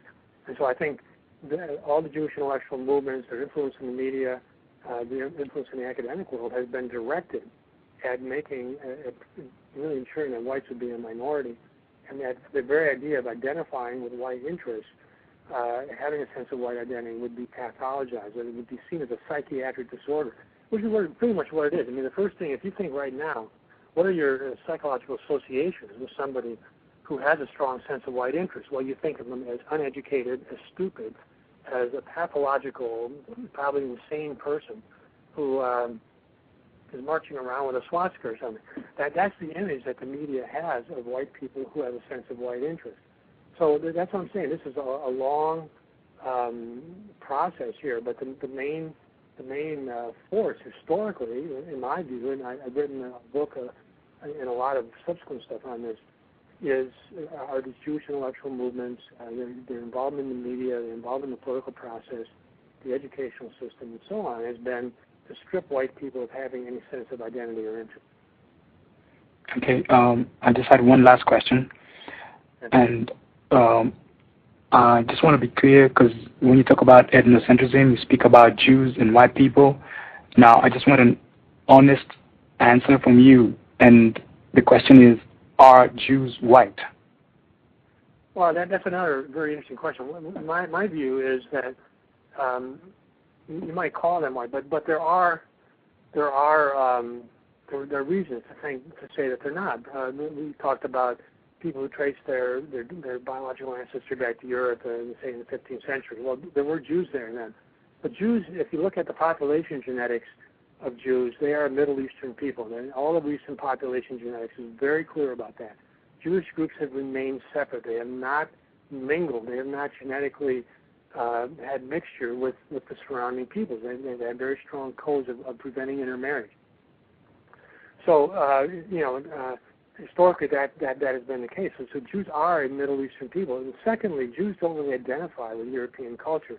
They see European culture as a source of anti-Semitism, as a source of hostility towards the Jews. So they don't identify with classical European culture, the Catholic Church, for example. They don't identify with the Protestant Revolution, the Enlightenment, or anything. For example, with the Enlightenment, they see the Enlightenment as just resulting in different forms of anti-Semitism, not as really changing the basic dynamics of European culture. So I would say that Jews do not consider themselves European, whatever you want to call them, biologically. And again, biologically, they are not a European people. They are a Middle Eastern people. So that means they're not white, in your opinion? Yeah, that's what I would say, yeah. Okay, thank you very much. I would say that when I'm talking about whites, sometimes it's loose, sometimes it's absolute. But I would say that what I'm trying to convey by that are people who are sort of the indigenous peoples of Europe, who were there, at the beginning, and are not really, from a genetic point of view, are not from the Middle East. Okay. Thank you very much. Appreciate it. Before we finished up, I had a quick question myself. On page 36, and you said it on the program today, that white people are relatively non-ethnocentric. That is, white people tend not to galvanize around and identify with the white group, their white group, and go out and function in a manner that puts the emphasis on organization around their white identity. I don't agree with that. I think the evidence that I have seen, my research, my observation, nobody is more what you call ethnocentric than white people. I believe in the area of the world known as the United States, it was a part of the law of the land that you had to be white even to become a citizen of this area of the world. Whether we're talking apartheid in so-called South Africa and so-called colonialism, I think white people have a history far superior to any other so-called race in the known universe with regards to being ethnocentric and its application to their worldview. You don't think that's true? We have a history, and you have to see ethnocentrism as a distribution, as individual differences. And I think whites have done that, and apartheid and so on. But again, this tendency towards individualism, I think, is the key thing. If you look in the 19th century, a lot of thinkers like Jefferson, they thought of individualism as a white ethnic trait, and individualism is just really has a hard time setting up these barriers. And if you think about it, even in America, especially the North and the Protestant, this liberal Protestant tradition, which is this WASP tradition, they thought slavery was just an abomination, and so there's a tendency among whites, even though we had slavery and apartheid, they were also the ones who dismantled it, and this tendency among whites to have that. There's differences, and my view is that if you look at the worldwide distribution of ethnocentrism, whites would be on the low end, actually. Now, not to say that some whites aren't very ethnocentric, but a lot of whites are not, especially when you get to Northern Europe. They tend not to be that way. Scandinavia, they very strongly, there's sort of a gut-level liberalism there that I think is biological. But again, some whites are, and it's easy to, these mechanisms can be triggered. White people, if you look at that appendix again, I talk about in-group, out-group psychology. Well, if whites really start to see themselves as an in-group, all these things are going to click in, even if it's not racially based. It's going to happen. So I'm not saying that whites can't do this and won't do it. I'm just saying relative to other people, there's a lot of reasons I think they're not extreme by any means and really lower than most people. But I think what you're saying is a reasonable point of view. I'm not denying that. Okay. Wow, again, our guest for today's program, author of Psychology and White Ethnocentrism, professor of psychology at California State University, Long Beach, Professor Kevin MacDonald, Ph.D. You can check out his blog, see some of his more recent offerings, the blog, the OccidentalObserver.net. Well, I say he's a contributor. I won't say it's his, but a contributor. A lot of his essays are there. The OccidentalObserver.net, and his website, you can just click his name and it'll take you to his website, Kevin MacDonald. Real privilege to be able to chat with you this afternoon, sir. I enjoyed it very much. It was one of the best interviews, I guess, I've had, and I was very informed, and it was very enjoyable. Thank you. Thank you. Pleasure was ours, sir. We'll stay in touch. Have an excellent afternoon, sir. You too, bye. Thank you, sir. Goodbye. Context of white supremacy. Gus T Renegade, justice, and very interesting conversation with Professor Kevin MacDonald. I'm going to play a commercial really quick to support Mr. Edward Williams at counter-racism.com, and then we'll be back. Any of the folks that are on the line, if you want to talk, press 1, and I can open you up. Person with a block number, I got you. The people that are on Skype, if you want to talk, press 1 quickly. I can get you in, but I'll support Mr. Williams for counter-racism really quick. Is racism hurting you? On issues of race, are you unable to speak, think, and act with clarity and confidence? Are you tired of laughing when nothing is funny, smiling when you are not happy, agreeing when you really disagree?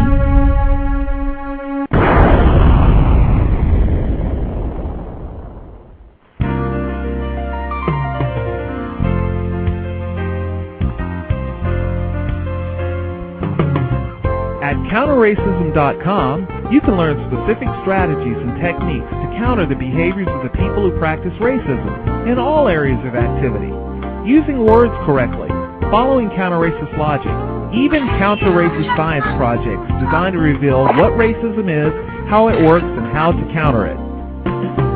The open-source code writing format allows you to pick and choose from a variety of counter-racist suggestions so you can produce the code that works for you. Stop by counterracism.com today and help replace racism with justice. That's counter-racism.com. Context of white supremacy, Gus T Renegade. That is ironic. I don't know if people found today's broadcast informative or constructive. The person that called in with a block number, your line is open.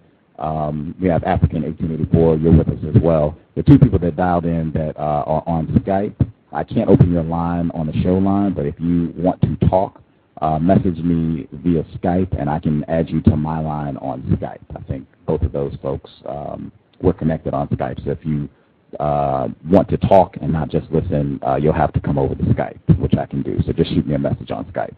At any rate, I found that hilarious. I don't even know what to say to that.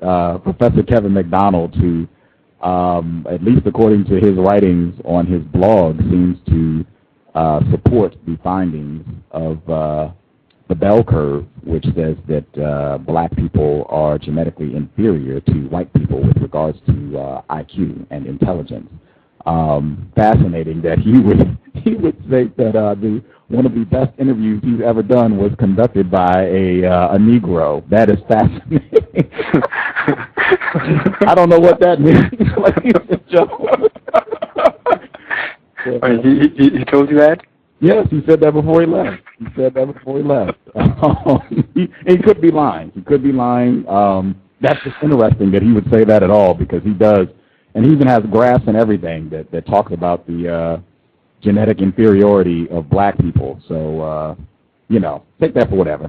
At any rate, I think he had some really interesting information. He shared a few things that stood out to me.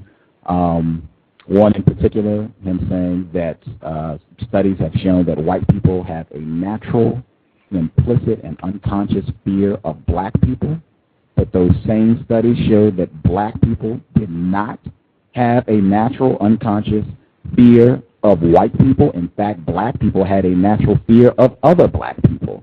That is astounding. Absolutely astounding. If you didn't catch that part, rewind and check that out. I don't know if people felt the program had any value, but I feel like he shared quite a few interesting things to hear a white person saying all this. And I guess I want to see what African 1884, what he thought about what Professor MacDonald shared. But on his blog, and he has some really interesting blog posts. Check it out. The blog address specifically is the OccidentalObserver.net. You can access it if you go to his webpage, which is linked in the description for this program. I think the blog is to the side. It's linked. But the address, if you just want to type it out, the OccidentalObserver.net. And you can just search by his name to pull up articles that he specifically has written and some of his colleagues that share his point of view. Very interesting articles where you have white people talking pretty explicitly. And I think he said towards the end, before I went to the phone lines, he said that he wrote that white people, the natural tendencies of white people to be ethnocentric are insufficient to defend white people. And he said, exactly, we are seeking unnatural methods to motivate, galvanize white people to support and defend the white race. He said that, and this is from a psychology professor at Cal State Long Beach. Might not be of any interest to anyone, but I find that fascinating. I did want to pull up the blog report, one of the blog reports. He has one specifically talking about Haiti and what a disgrace is that white people are bringing inferior Africans from Haiti, adopting them, and bringing them to this area of the world. In fact, I'll read that one. If I can put my hand on that one in the next few seconds, I'll read a little bit from that one, because okay, that's not it. If I can do it within less than 30 seconds, I'll read a little bit from that. Okay, got it. Bang. Okay. He says, okay, here we go. And this is from, it's titled Kevin MacDonald, Alex Kurtajic's Haiti Must Not Be Rebuilt. This is from, let me see if there's a date I can give you. Okay, I don't see a date on it. So if you go to that website, and I think if you do a site search for Haiti or Alex Kurtagic, the last name is Kurtagic, it should pull it up. If you can't find it, email me and I'll send it to you.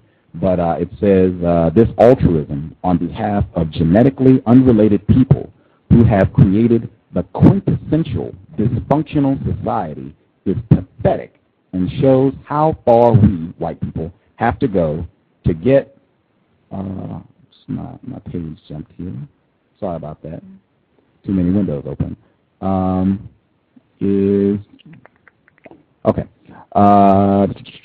This altruism on behalf of genetically unrelated people who have created the quintessential dysfunctional society is pathetic and shows how far we have to go to get people to think rationally about this issue. And he's complaining about white people adopting Haitians, black people, non-white people. It is yet another example of the power of the media. Imagine if the media simply framed this as what you would expect from a people with an average IQ of 72 and a 200-year record of economic failure and inability to govern themselves. Imagine if the media messages were informed by ethnic genetic interests, and if the adopting parents were made aware that they would feel less psychological involvement with their African children than to genetically similar others. Imagine if there were no high-status figures on TV advocating Haitian relief and thereby appealing to our evolved psychology of emulating high-status people. By adopting a Haitian refugee or making a donation, I can get the approval of people like George Clooney, Justin Timberlake, and Christina Aguilera. That's all I'll read. But you can get a better sense of how he feels about what white people are doing, how he feels about non-white people, black people specifically. But that's on the blog, theoccidentalobserver.net. The person that called with a block number or African 1884, did you all have comments on what you heard today's broadcast? Yeah, I did have a comment, and it was in regard to the question I asked him, if Jews are white. And that's for me it's very confusing because I can't really identify a Jew or a white person within the same race in white supremacy. And he's determined in his understanding that Jews are not white, so that I found that very interesting, because most non-white people also get confused when speaking about Jews and white people. They sometimes mix the two or separate the two and stuff, Yeah. I have seen that a lot, where that Jewishness can really throw things off track and cause a lot of confusion. Someone asked me that. I thought it was a great question. They asked me that offline, why or do I make a distinction between different white people and more powerful white groups, or Jews and white people? And my response is simply that I have seen evidence that so-called Jews are also racist white supremacists. I have seen evidence that non-Jews practice racism, white supremacy. So at the end of the day, I just deal with the white people who practice racism, white supremacy. If they happen to be that and they title themselves Jew, fine, no problem. I'm not going to get off on the Jewish thing. I'm just dealing with white supremacists here. I found that that keeps me clear. I stay out of confusion, and unless someone can show me where I would gain from making a distinction between so-called Jewish people and non-Jewish people, unless they can show me where I would benefit from that, I'm just going to stick to focusing on racist man, racist woman, and that has worked for me thus far until someone can show me the benefit of doing it a different way. So in your understanding, the racist man and racist woman could be Jew, Christian, or Islam, or Democrat, or Republican, or African, or European. Is that your understanding? My understanding and my observation is that racist man and racist woman have snatched those titles repeatedly, consistently. I'm a Christian, I'm a Jew, I'm a Republican, I'm a Green Party.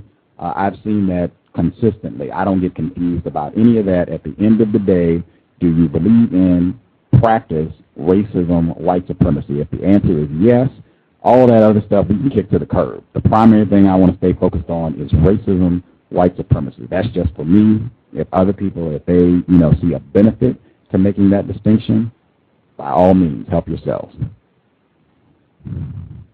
Okay. And also what I found interesting is how he talks about the stereotypes that blacks have towards whites and whites have towards blacks. And I mean, from my understanding, I think all that has to be looked in a historical context and what experience black people have and white people have. I think because history has created some of these stereotypes, and I don't think they just, like he was saying that ethnocentrism is innate, that every group has that in them, black or white, you know, something that I disagree with him on that. I don't know what's your take on that. In a system of white supremacy, I think everything is a reaction to that. Just the fact that he said black people seem to have an implicit and natural fear of other black people, I think that tells you the devastating efficiency of the global system of white supremacy. I don't think that would be the case if we were under conditions of justice. I don't know about white people. He even seemed to not be clear about that, whether that natural fear is, a part of the evolutionary psychology, what he called it, of white people. So if that's the case, maybe they're different. I don't know. But I definitely think for non-white people, things would be totally different. Pretty much all of our behavior is just a sad response to the system of white supremacy, in my view. Yeah, and it's quite interesting how he goes on to say that like ethnocentrism is innate. Like most of these things are just like every human has this tendency to be ethnocentric, and I was also not clear about what ethnocentric means. He was saying that it means favoring your own kind, but to what end? I was not sure about that, That's interesting. Yeah, because you could favor black folk, but then mean that you're going to mistreat white folk. But yeah, I know what his take was. I mean, he's like, every group favors its own kind, but, to what end, Because they have a way of looking at things, most white folks, and also at the university level, in regard also to maybe Charles Darwin and his understanding of evolution and survival of the fittest, And I remember I shared this with Mr. Neely Fuller, and he put this out to me that most people don't ask what that statement means, to what end? What are you supposed to be surviving to do? What are you supposed to be fit to do? But people just take it up and stuff. So in regard to your guest, and him saying that all humans favor their own, to what end? I found that interesting. That would have been nice to clarify with the guest. So go ahead. And also with the whole individualism thing, because he was kind of like saying that based on that understanding and that concept of the 18th century, that many white folks tended to be less ethnocentric because of the whole concept of individualism. But I do believe that the whole concept of individualism functions very well within a group that already has power. So I could give an example of a state, for example, a government. For example, like here in Austria, if someone can say it's my individual right to do certain things, and someone else wants to take that individual right, then what they'll do is that they'll inform the police, the courts of law, or something like that, and they'll see to it that their rights are protected. So when you talk about individualism within a white context, it means that the white power group sees to it that every white person gets to exercise their individualism. But for non-white people, it's quite hard to do that, especially black people, because you don't have a group that's going to protect each individual to function as an individual. I don't know if that makes sense. It sounds a bit confusing, but I hope it makes sense. I don't know. It makes perfect sense to me. And in fact, I have on my blog, it's one of the first blog posts that I did, that white people are successful at an individual level because they are successful at a group level.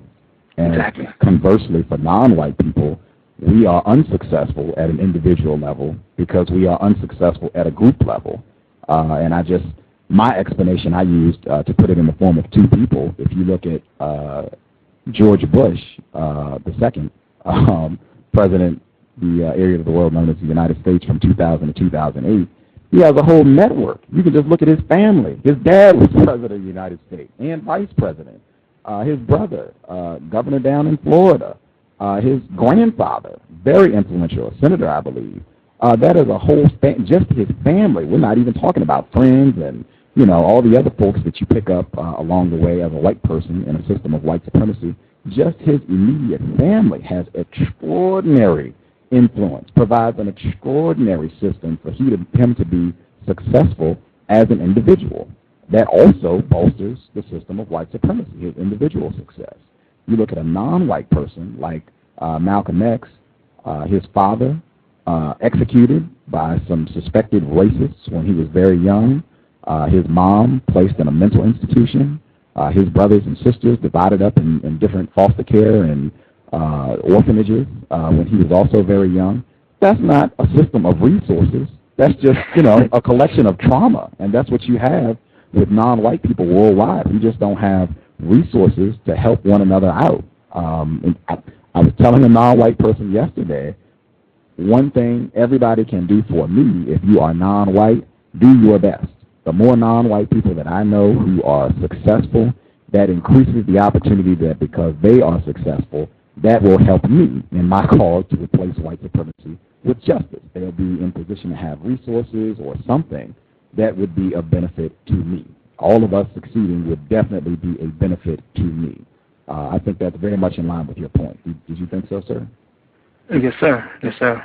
And because it's a topic of discussion, you know, also in this part of the world, the whole individualism thing, you know, and it would be interesting to hear what the guests would say about that. I mean, if you give him that example that you've given and stuff, you know, how he would look at it, you know. Yeah.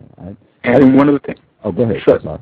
Yeah, I just want to say, did you say something about children being racist too, or something like that? Or that they have a tendency of being ethnocentric? Yes. Babies, something?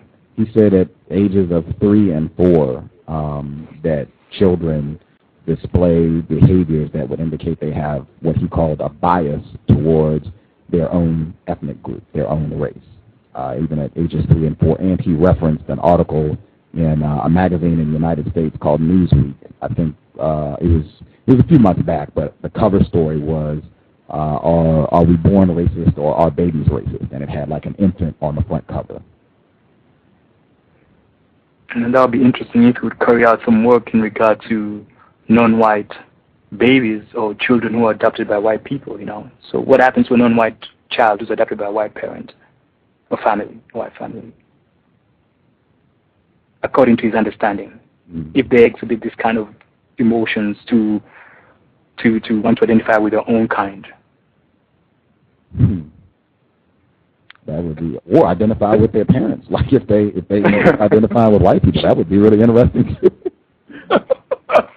No, because I thought about that, you know, when he mentioned that, and I was like, okay, so are all these non-white babies, you know, like the ones from Haiti, you know, and from Ethiopia, what you call Ethiopia, Somalia, that are adopted by many white folks, or from parts of Asia, I mean, do they experience that trauma of having to want to identify with their parents, but they're looking at white folks, you know, every day, you know, and how does that affect their psychology? You know, I mean, because he's a professor of psychologist, I guess you can do a study on that, you know, that would be interesting. I agree. If it supports the understanding that babies at a particular age have the tendency of being ethnocentric, you know. I agree. I know Lisa Marie Rollins, she's a non-white person who lived through that experience. She was adopted by 2 white people, and she was on the program in February of this year, and she talked about that experience, and she is staunchly opposed to white people adopting non-white children, and she took a public stance against them adopting the black people from Haiti after the earthquake, that she did not think that was a good idea and white people shouldn't be doing it. I think she qualified her statement by saying that if a white person is going to do it, adopt a non-white children, then they need to dedicate themselves to a life of anti-racism. And she didn't answer whether or not her parents did that, dedicated themselves to a life of anti-racism. So that might be some people, if you want to check that out, February 1st, Lisa Marie Rollins. But she had very interesting insight on that. Okay. And also what's interesting is, back to your guest, is that he was speaking from a position of someone who is struggling with a so-called elite. That's also confusing for a non-white person. He's a racist white supremacist suspect that's struggling with the elite who are classified as white, in that they're opposing white ethnocentrism. It sounds like so. Oh, I'm sorry. Go ahead. Yeah. So it seems like the quote-unquote elite are maybe the ones who are refining the whole system of race and white supremacy and know how to keep non-white people contained and happy and think that everything is normal and we're integrated. Whereas his group and maybe his peers or the people that he's acquainted to feel that the chances are being taken away as white people, the identity is being suppressed. Do you understand what I'm trying to say? It sounds confusing, but it's like you have these two groups, the elite and, let's say, he's kind, and he's opposing what the elite are doing in terms of multiculturalism and integration, and he wants to preserve the white identity. Yet at the same time, it could be that also elite are also preserving the white identity, but in a different way. Do you understand what I'm trying to say? To some extent, yeah. You took the words right out of my mouth. I was thinking this could be a brawl between one slave owner and another slave owner about how we're going to practice slavery. Like, no one is saying that the business of white supremacy is over. We just have a disagreement about how we're going to go forward with the system of white supremacy. That is exactly what I was thinking. Exactly that. And I think I suspect that he might be correct, that it might pull more white people to his side, and them just being very explicit about, how they want to practice racism and white supremacy. Like, I feel like I can see a climate where white people are going to be getting more energized to practice racism and white supremacy, feeling, anxious about whatever, increased numbers of non-white people or decreased white fertility rates. He said that, there seemed to be a correlation between high levels of white fertility rates and participation in the Tea Party and such. I could see that. I might be wrong, but I could kind of see things going that direction. Yeah. What was also interesting is when he said that the Tea Party would have a black person speaking because they don't want to look racist or something. I wanted to ask him if Frank Kebro was the person that was speaking. I forgot. It was on the tip of my tongue to just interrupt and be like, "Is the black speaker Frank Kebro?" Man. He was on your show recently, yeah? Yes.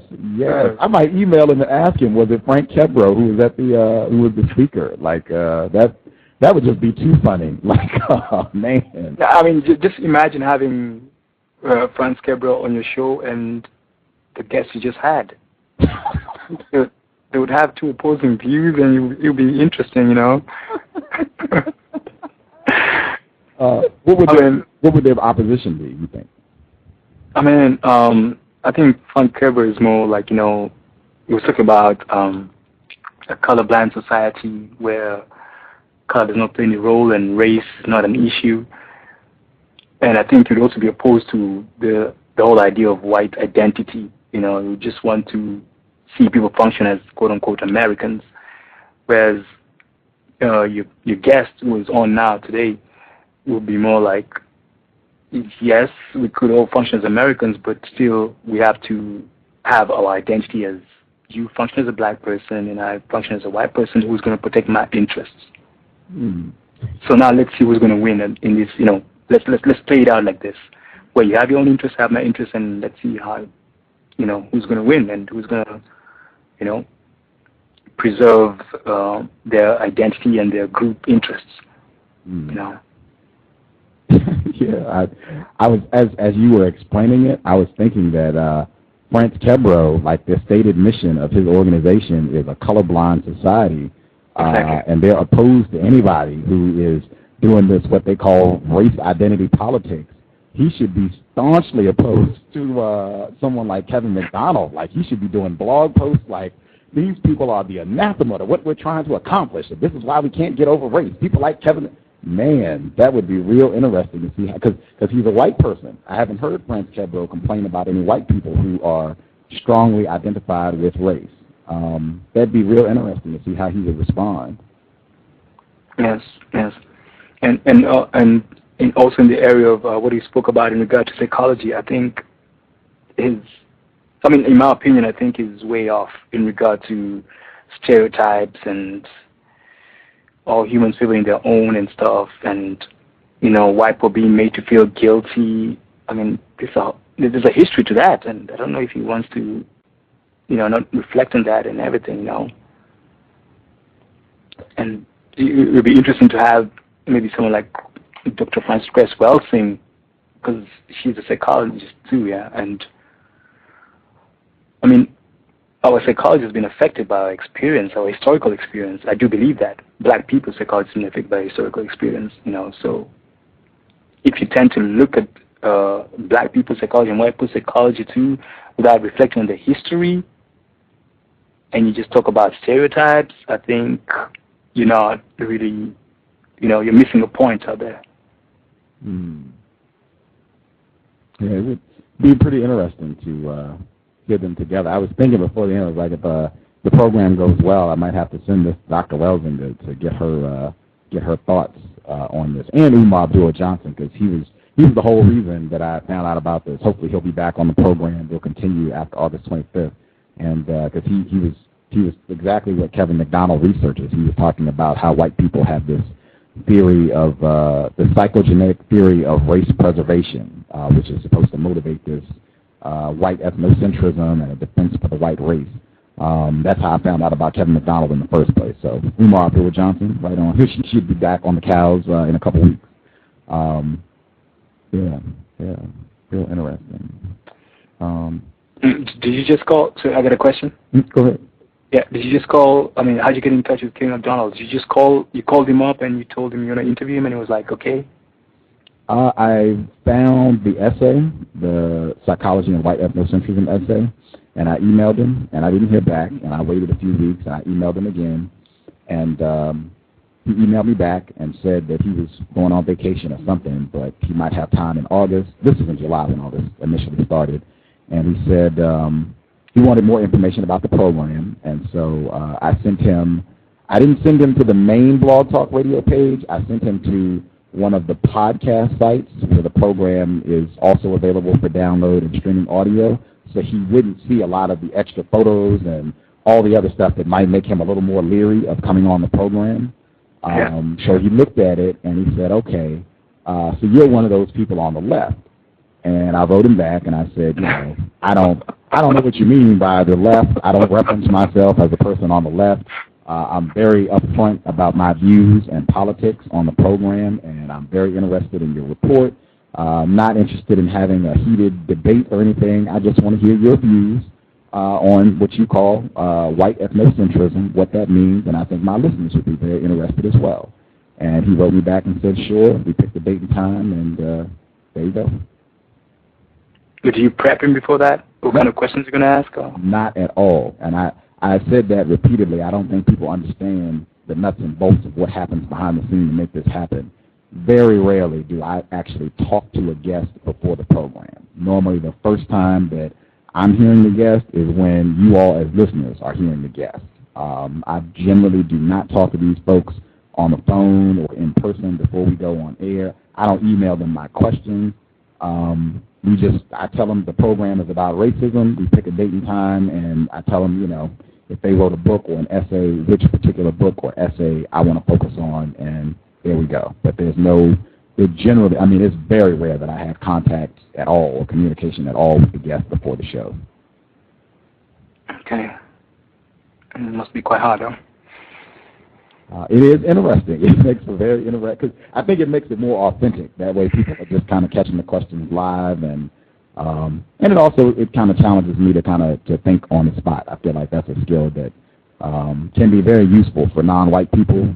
Try to codify as much as possible. I strongly recommend that. Try to codify the way you say things or don't say things and respond when dealing with white people and non-white people.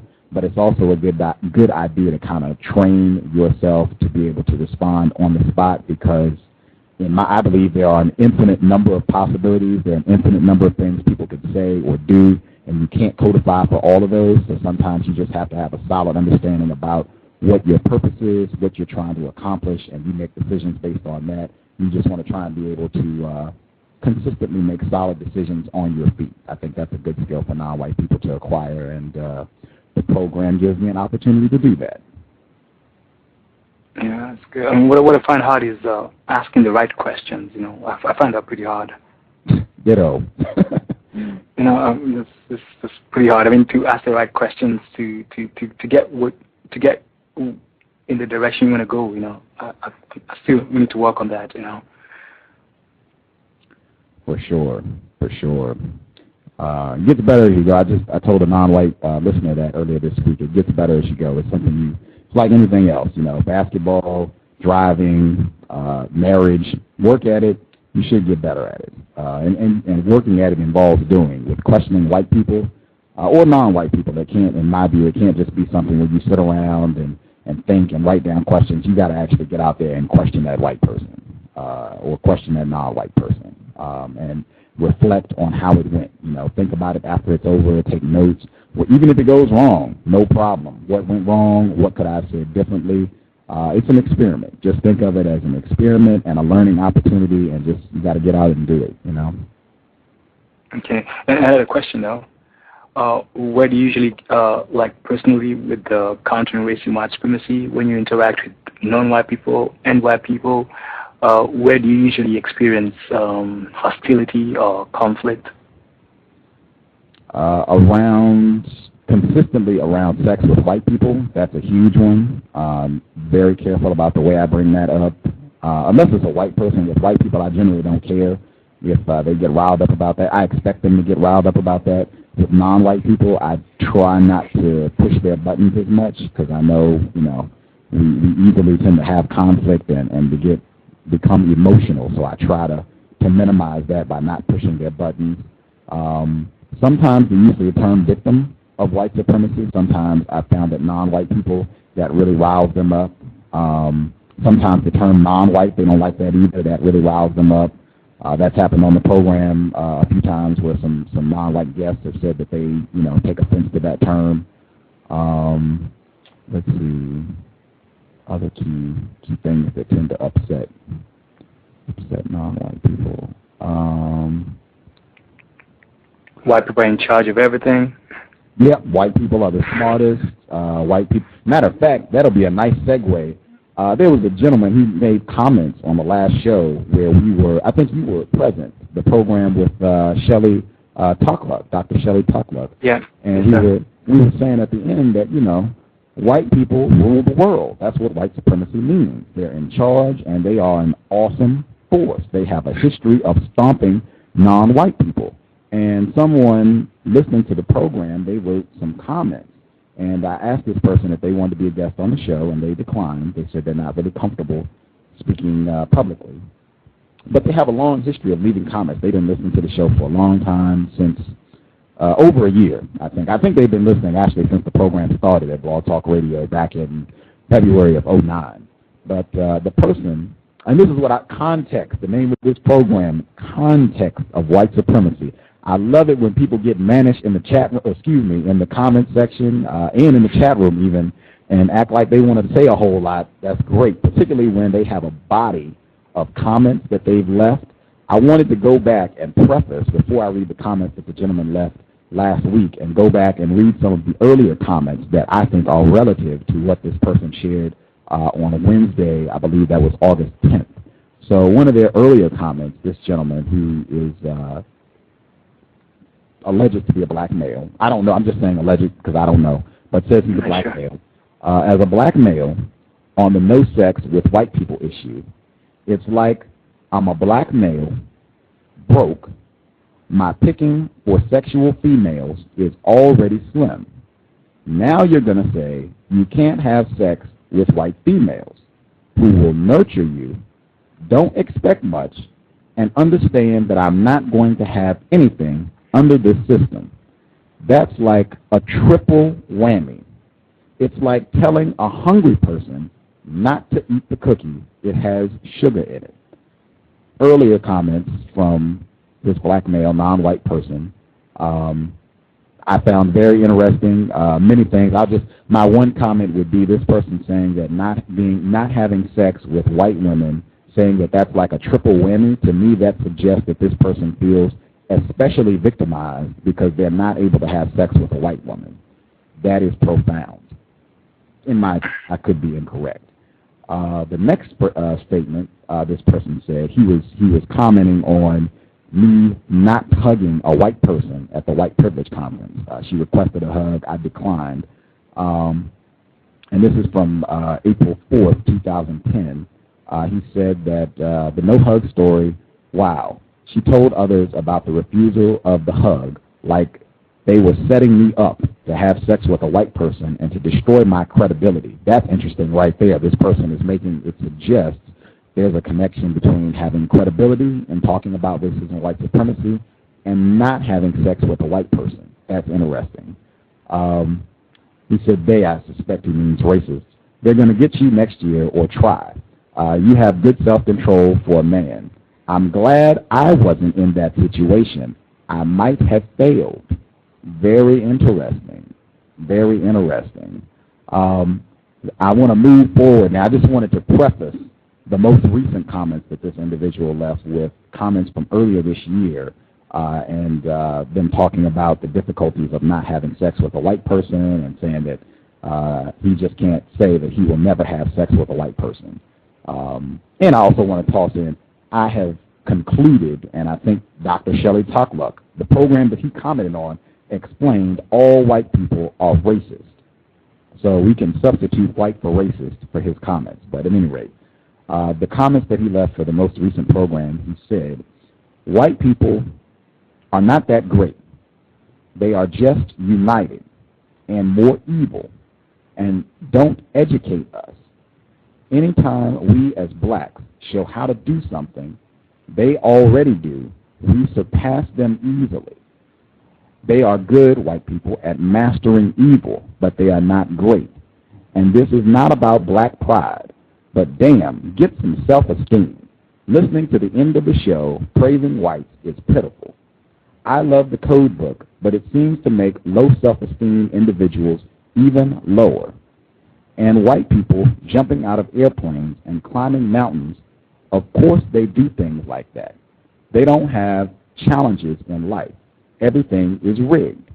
You can't feel like you won anything when you know the game is fixed.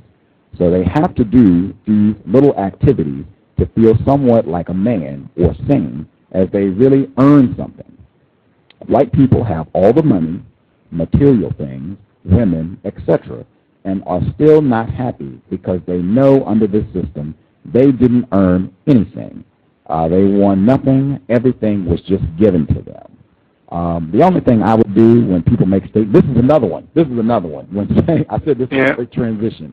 When I make comments that white people dominate the world and pimp smack black people worldwide and have done this for the last who knows how many centuries, this is a typical response. You're making white people sound like, I think I said that on the program. People say, you're making white people sound like a god, blah, blah, blah. I would point out, number one, this is how I respond to this. I just go to the truth. Either what I said is correct or it's not correct. Now, either white people have dominated and continue to dominate non-white people worldwide in a most devastating manner, or they don't. Either that's true or it's not. We can get to how we feel about that later. Either that statement is true or it's not true. And if you've been listening to this program for over a year and you're a non-white person, I would hope that you also have concluded, based on evidence, that we are in a system that's dominated by white supremacy. If we are, then white people do dominate all non-white people worldwide, and that's nothing non-white people should be proud of. Just going to the second part of the statement. He said that anytime we as blacks show how to do something they already do, we surpass them. Now, I don't believe that statement is true. In fact, I don't think you can have a system of white supremacy where non-white people surpass white people in any area of activity. And that's just true or false. Now, if non-white people have surpassed white people in any area of activity, I would like the names of those non-white people and what it is that they're doing that has surpassed white people. And I would just be quiet and wait to write down names of who they think these people are. I have concluded anybody, I don't care what they're doing. If you think President Obama in this area of the world, if you think it's an athletic star, Jack Johnson from some years ago, or Tiger Woods or Michael Jordan, if you think it's Cornel West, if you think it's Dr. Henry Louis Gates, if you think it's Kofi Annan, whoever you think the non-white person is, whatever they're doing on the planet, I guarantee you a small number of white people could shut them down immediately, like the next 30 minutes, if that much. That's what white supremacy means. Non-white people have not surpassed white people in any area. That's what white supremacy means. They dominate all facets of people activity. So I would say that statement is incorrect. And either I'm wrong, either I'm correct or I'm incorrect. You all can make a determination for yourselves. I also wanted to point out, he said that, and they don't educate us, they being white people. That right there says a lot to me. If I'm in a position where someone has the ability to not educate myself and my offspring, I'm in a really pathetic position. I don't hear white people complaining or having anxiety about whether or not black people are going to educate them. I've never heard that in my life. I always hear black people, nervous and anxious about whether or not white people will allow them to have access to crucial life-saving information. That is a pathetic position. Now, if that's true, we can all talk about how we feel about it. My position is that that's pathetic, and I'm not going to run around here beating my chest talking about how cool it is to be black when people that have a long record of being in opposition to me control whether or not I have access to life-saving information. That is pathetic and unacceptable. Let's see, moving forward in his statement. Praising white people. Now, I would need a definition for what you mean by praising.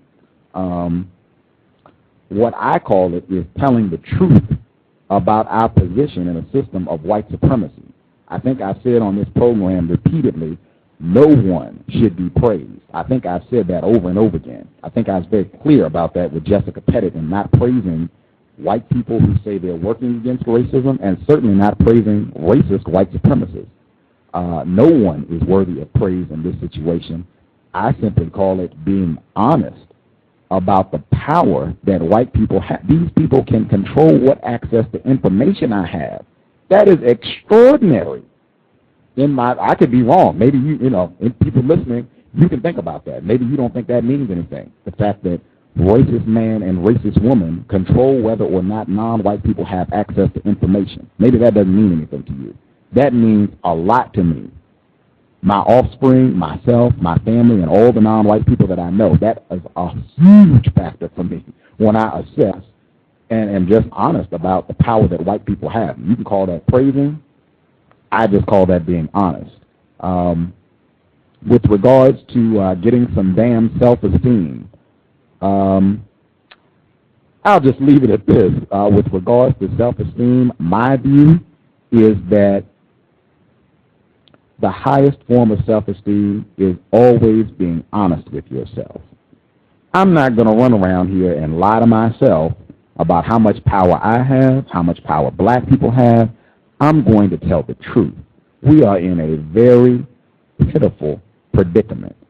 White people have an extraordinary amount of control over our lives, about whether we eat, about whether we can go to school, about where we're going to live, about if we can have jobs. People that have a proven, indisputable record of hostility to us run our lives, period. My self-esteem is greatly impacted by that, but not so much that I'm going to lie about whether or not that's true and the ramifications of that on my life. Be very clear about that. I think Dr. Weldon says that repeatedly.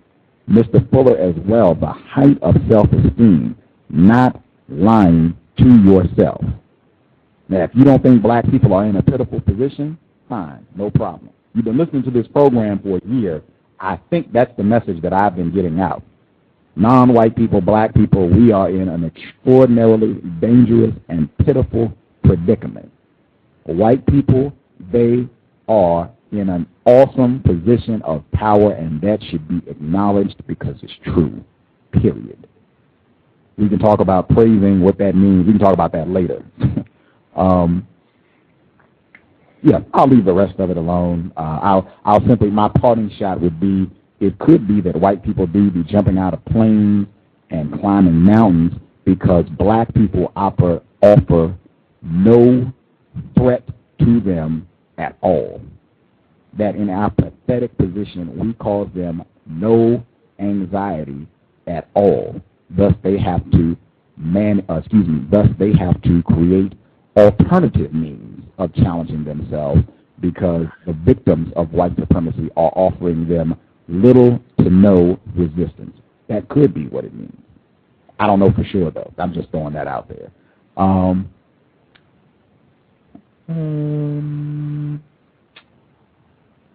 This person wrote me, I'm not even going to read the note. This person, I'll just say, if you go back and look at the comments, this person has made a lot of comments about having sex with white people and the difficulties of abstaining from that and making a pledge that they're not going to do that.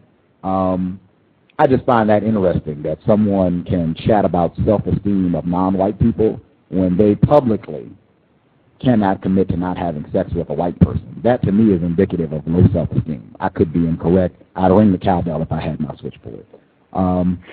As I suspect this is a victim of white supremacy, I don't want to bash on this person. I invited the person on the show, and I told them I was going to read their comments on the program, which I have done, but I don't want to get into a bashing on a victim situation. I don't want to encourage that. So, yeah, I don't know. If you have any comments, if they're not directly bashing the person who wrote those statements, feel free to share. But I just want to be very careful. I might have not done a good job myself. People might say I just spent the last 15 minutes bashing on this person. But yeah, I don't want to bash the victim. So that's it. If you have any comments that you'd like to share, feel free. Yeah, what I want to say is that it's quite interesting how non-white people get very offensive when you just reveal the truth, in regard to racism, white supremacy. I mean, if you're in a victim position and you didn't create that position yourself, then why are you mad about that? I mean, the conditions and the state of non-white people right now, as it is and as it looks, they didn't create it for themselves. Evidence shows it. I mean, and even white folks write in their history books how they navigated the globe, how they went over the earth, colonizing people, setting up imperialism and what have you. And that's evidence right there. So if you're in that position as a non-white person, and it is the truth that you are subject to them, why are you getting mad? Just look for ways to get out of that position, Like, I find it interesting that non-white people get mad about it. It's like they created the conditions themselves. They did not, And even, I had a friend who once told me that there's some non-white people who, white folks would tell them that Jesus Christ from today is black, and they would oppose that. They would say, no, stop doing that. He's white. Because they've been so conditioned to believing and accepting the image that you have today of Jesus Christ, that the day that white folks start saying, no, he's black now, they'll be like, no, I don't think it's true. He's always been white. It's an amazing situation, and the truth is that it's a global situation. In regard to non-white people, whether it is in what you call Africa or Europe or Asia or South America. But yeah, many of us have been once again conditioned just to see a few successful non-white people, Michael Jordan, Oprah Winfrey, and we feel that things are getting better and things are already better and we're making a lot of progress. Not understanding that, as Nelly Fuller says it, the system is a business. So the 3 non-white people that are successful, you have 1 million and more. And the African continent who are they're just there, just there. I mean, there was a recent video I got from a friend, it was off of YouTube, where he had black folks in the States, I can't remember what state, but were rushing for Section 8 housing. Did you see that? In Atlanta, yes, I did. Yes, sir. Yeah. I mean, I told a friend of mine, I was like, that's expected, he couldn't believe that he was in the States, He's like, is that America and stuff? No, that's black people in the system of white supremacy. That would be most accurate. Exactly. And, it's the same thing is evident in Mozambique or whatever have you, Ethiopia, Kenya, Tanzania. You'd see the same situation where white folks come and, you're trying to get housing or get property or something. It's directly or indirectly influenced by white folks, where you're seeking for help and assistance. In this side of the world, you see it very easily, where you have many non-white people who leave the continent of Africa coming here to seek education. From who? Not from black folk. Don't even come to the States to meet black folk. They're taught to avoid black people. I've heard that repeatedly from black people from all over. Avoid those black people. That's what I mean. I just tell the truth. This is the world in which we live. Nobody thinks it's good to be black people. Only black people I know that say that are very confused. Nobody else that I talk to thinks it's great to be black. They all think, wow, it is pitiful and deserving of sympathy to be a black person on this planet. Just telling the truth. We have about 6.5 minutes. I wanted to get out really quick. We will be back tomorrow. It's not programmed, but I don't know how many shows we'll have tomorrow. It could be 2. It might just be 1, but there will be at least 1 program tomorrow. I'm going to renege and do 1 final broadcast on the Boondocks because apparently black people really like the Boondocks. So doing programs on the Boondocks, people tune into those. So I'll take anything as an excuse to talk about white supremacy. So we'll do 1 more. Tomorrow is the last episode of the Boondocks series. It's ending, so we'll end with the series on the Boondocks. Tomorrow evening, the program will be at, it'll be 2 a.m. Eastern. 2 a.m. Eastern, 1 a.m. Central, and 11 p.m. Pacific. Austria time, I guess that would be 8 a.m. Monday morning, if you're awake or, whatever. That'll be the one. We'll do that one tomorrow. And it might be another one. It might be one tomorrow afternoon as well. Have to see how things go. Subscribe to the Cows and you'll get updates, and check the website. But if there is a program tomorrow, it'll be in the afternoon, probably the same show time as today, 5 p.m. Eastern, 2 p.m. Pacific. Got a very generous donation from B. Foster. Thank you for the support. I would do the real name, but I know people are cautious about that, so we'll just say B. Foster. Very generous donation. Thank you for the support. The updated balance for the MacBook Pro is now $2,063.74. I am a little less than $300 away from pay dirt, having my MacBook Pro. Then we won't have to hear me begging about that anymore. Thank you all for the investments. Looking to get that final balance by August 25th so I can move forward with the computer purchase and be more consistent with programming and getting shows done. But thank you, B. Foster, for the investment. I hope it has been worthy of your time and energy. I also wanted to share, this Kevin MacDonald, very informed. I might have picked up some additional shows. He talked about an episode of All in the Family. That was a television show that came on in the 1970s. The main character was kind of a crass white male racist named Archie Bunker. But the episode that he talked about was from Season 4, Episode 10. It's titled Archie in the Cellar. It's online. You can see it on YouTube and some other places. You can see the whole episode. But this episode, the main character, racist man, Archie Bunker, he gets locked in a cellar. And he drinks, gets drunk, and the person who gets him out of the cellar, who comes and fixes the door so he can get out, is a black maintenance worker. Archie, this racist guy, is drunk and thinks that God has rescued him. And so he's bowing down to God, a black male.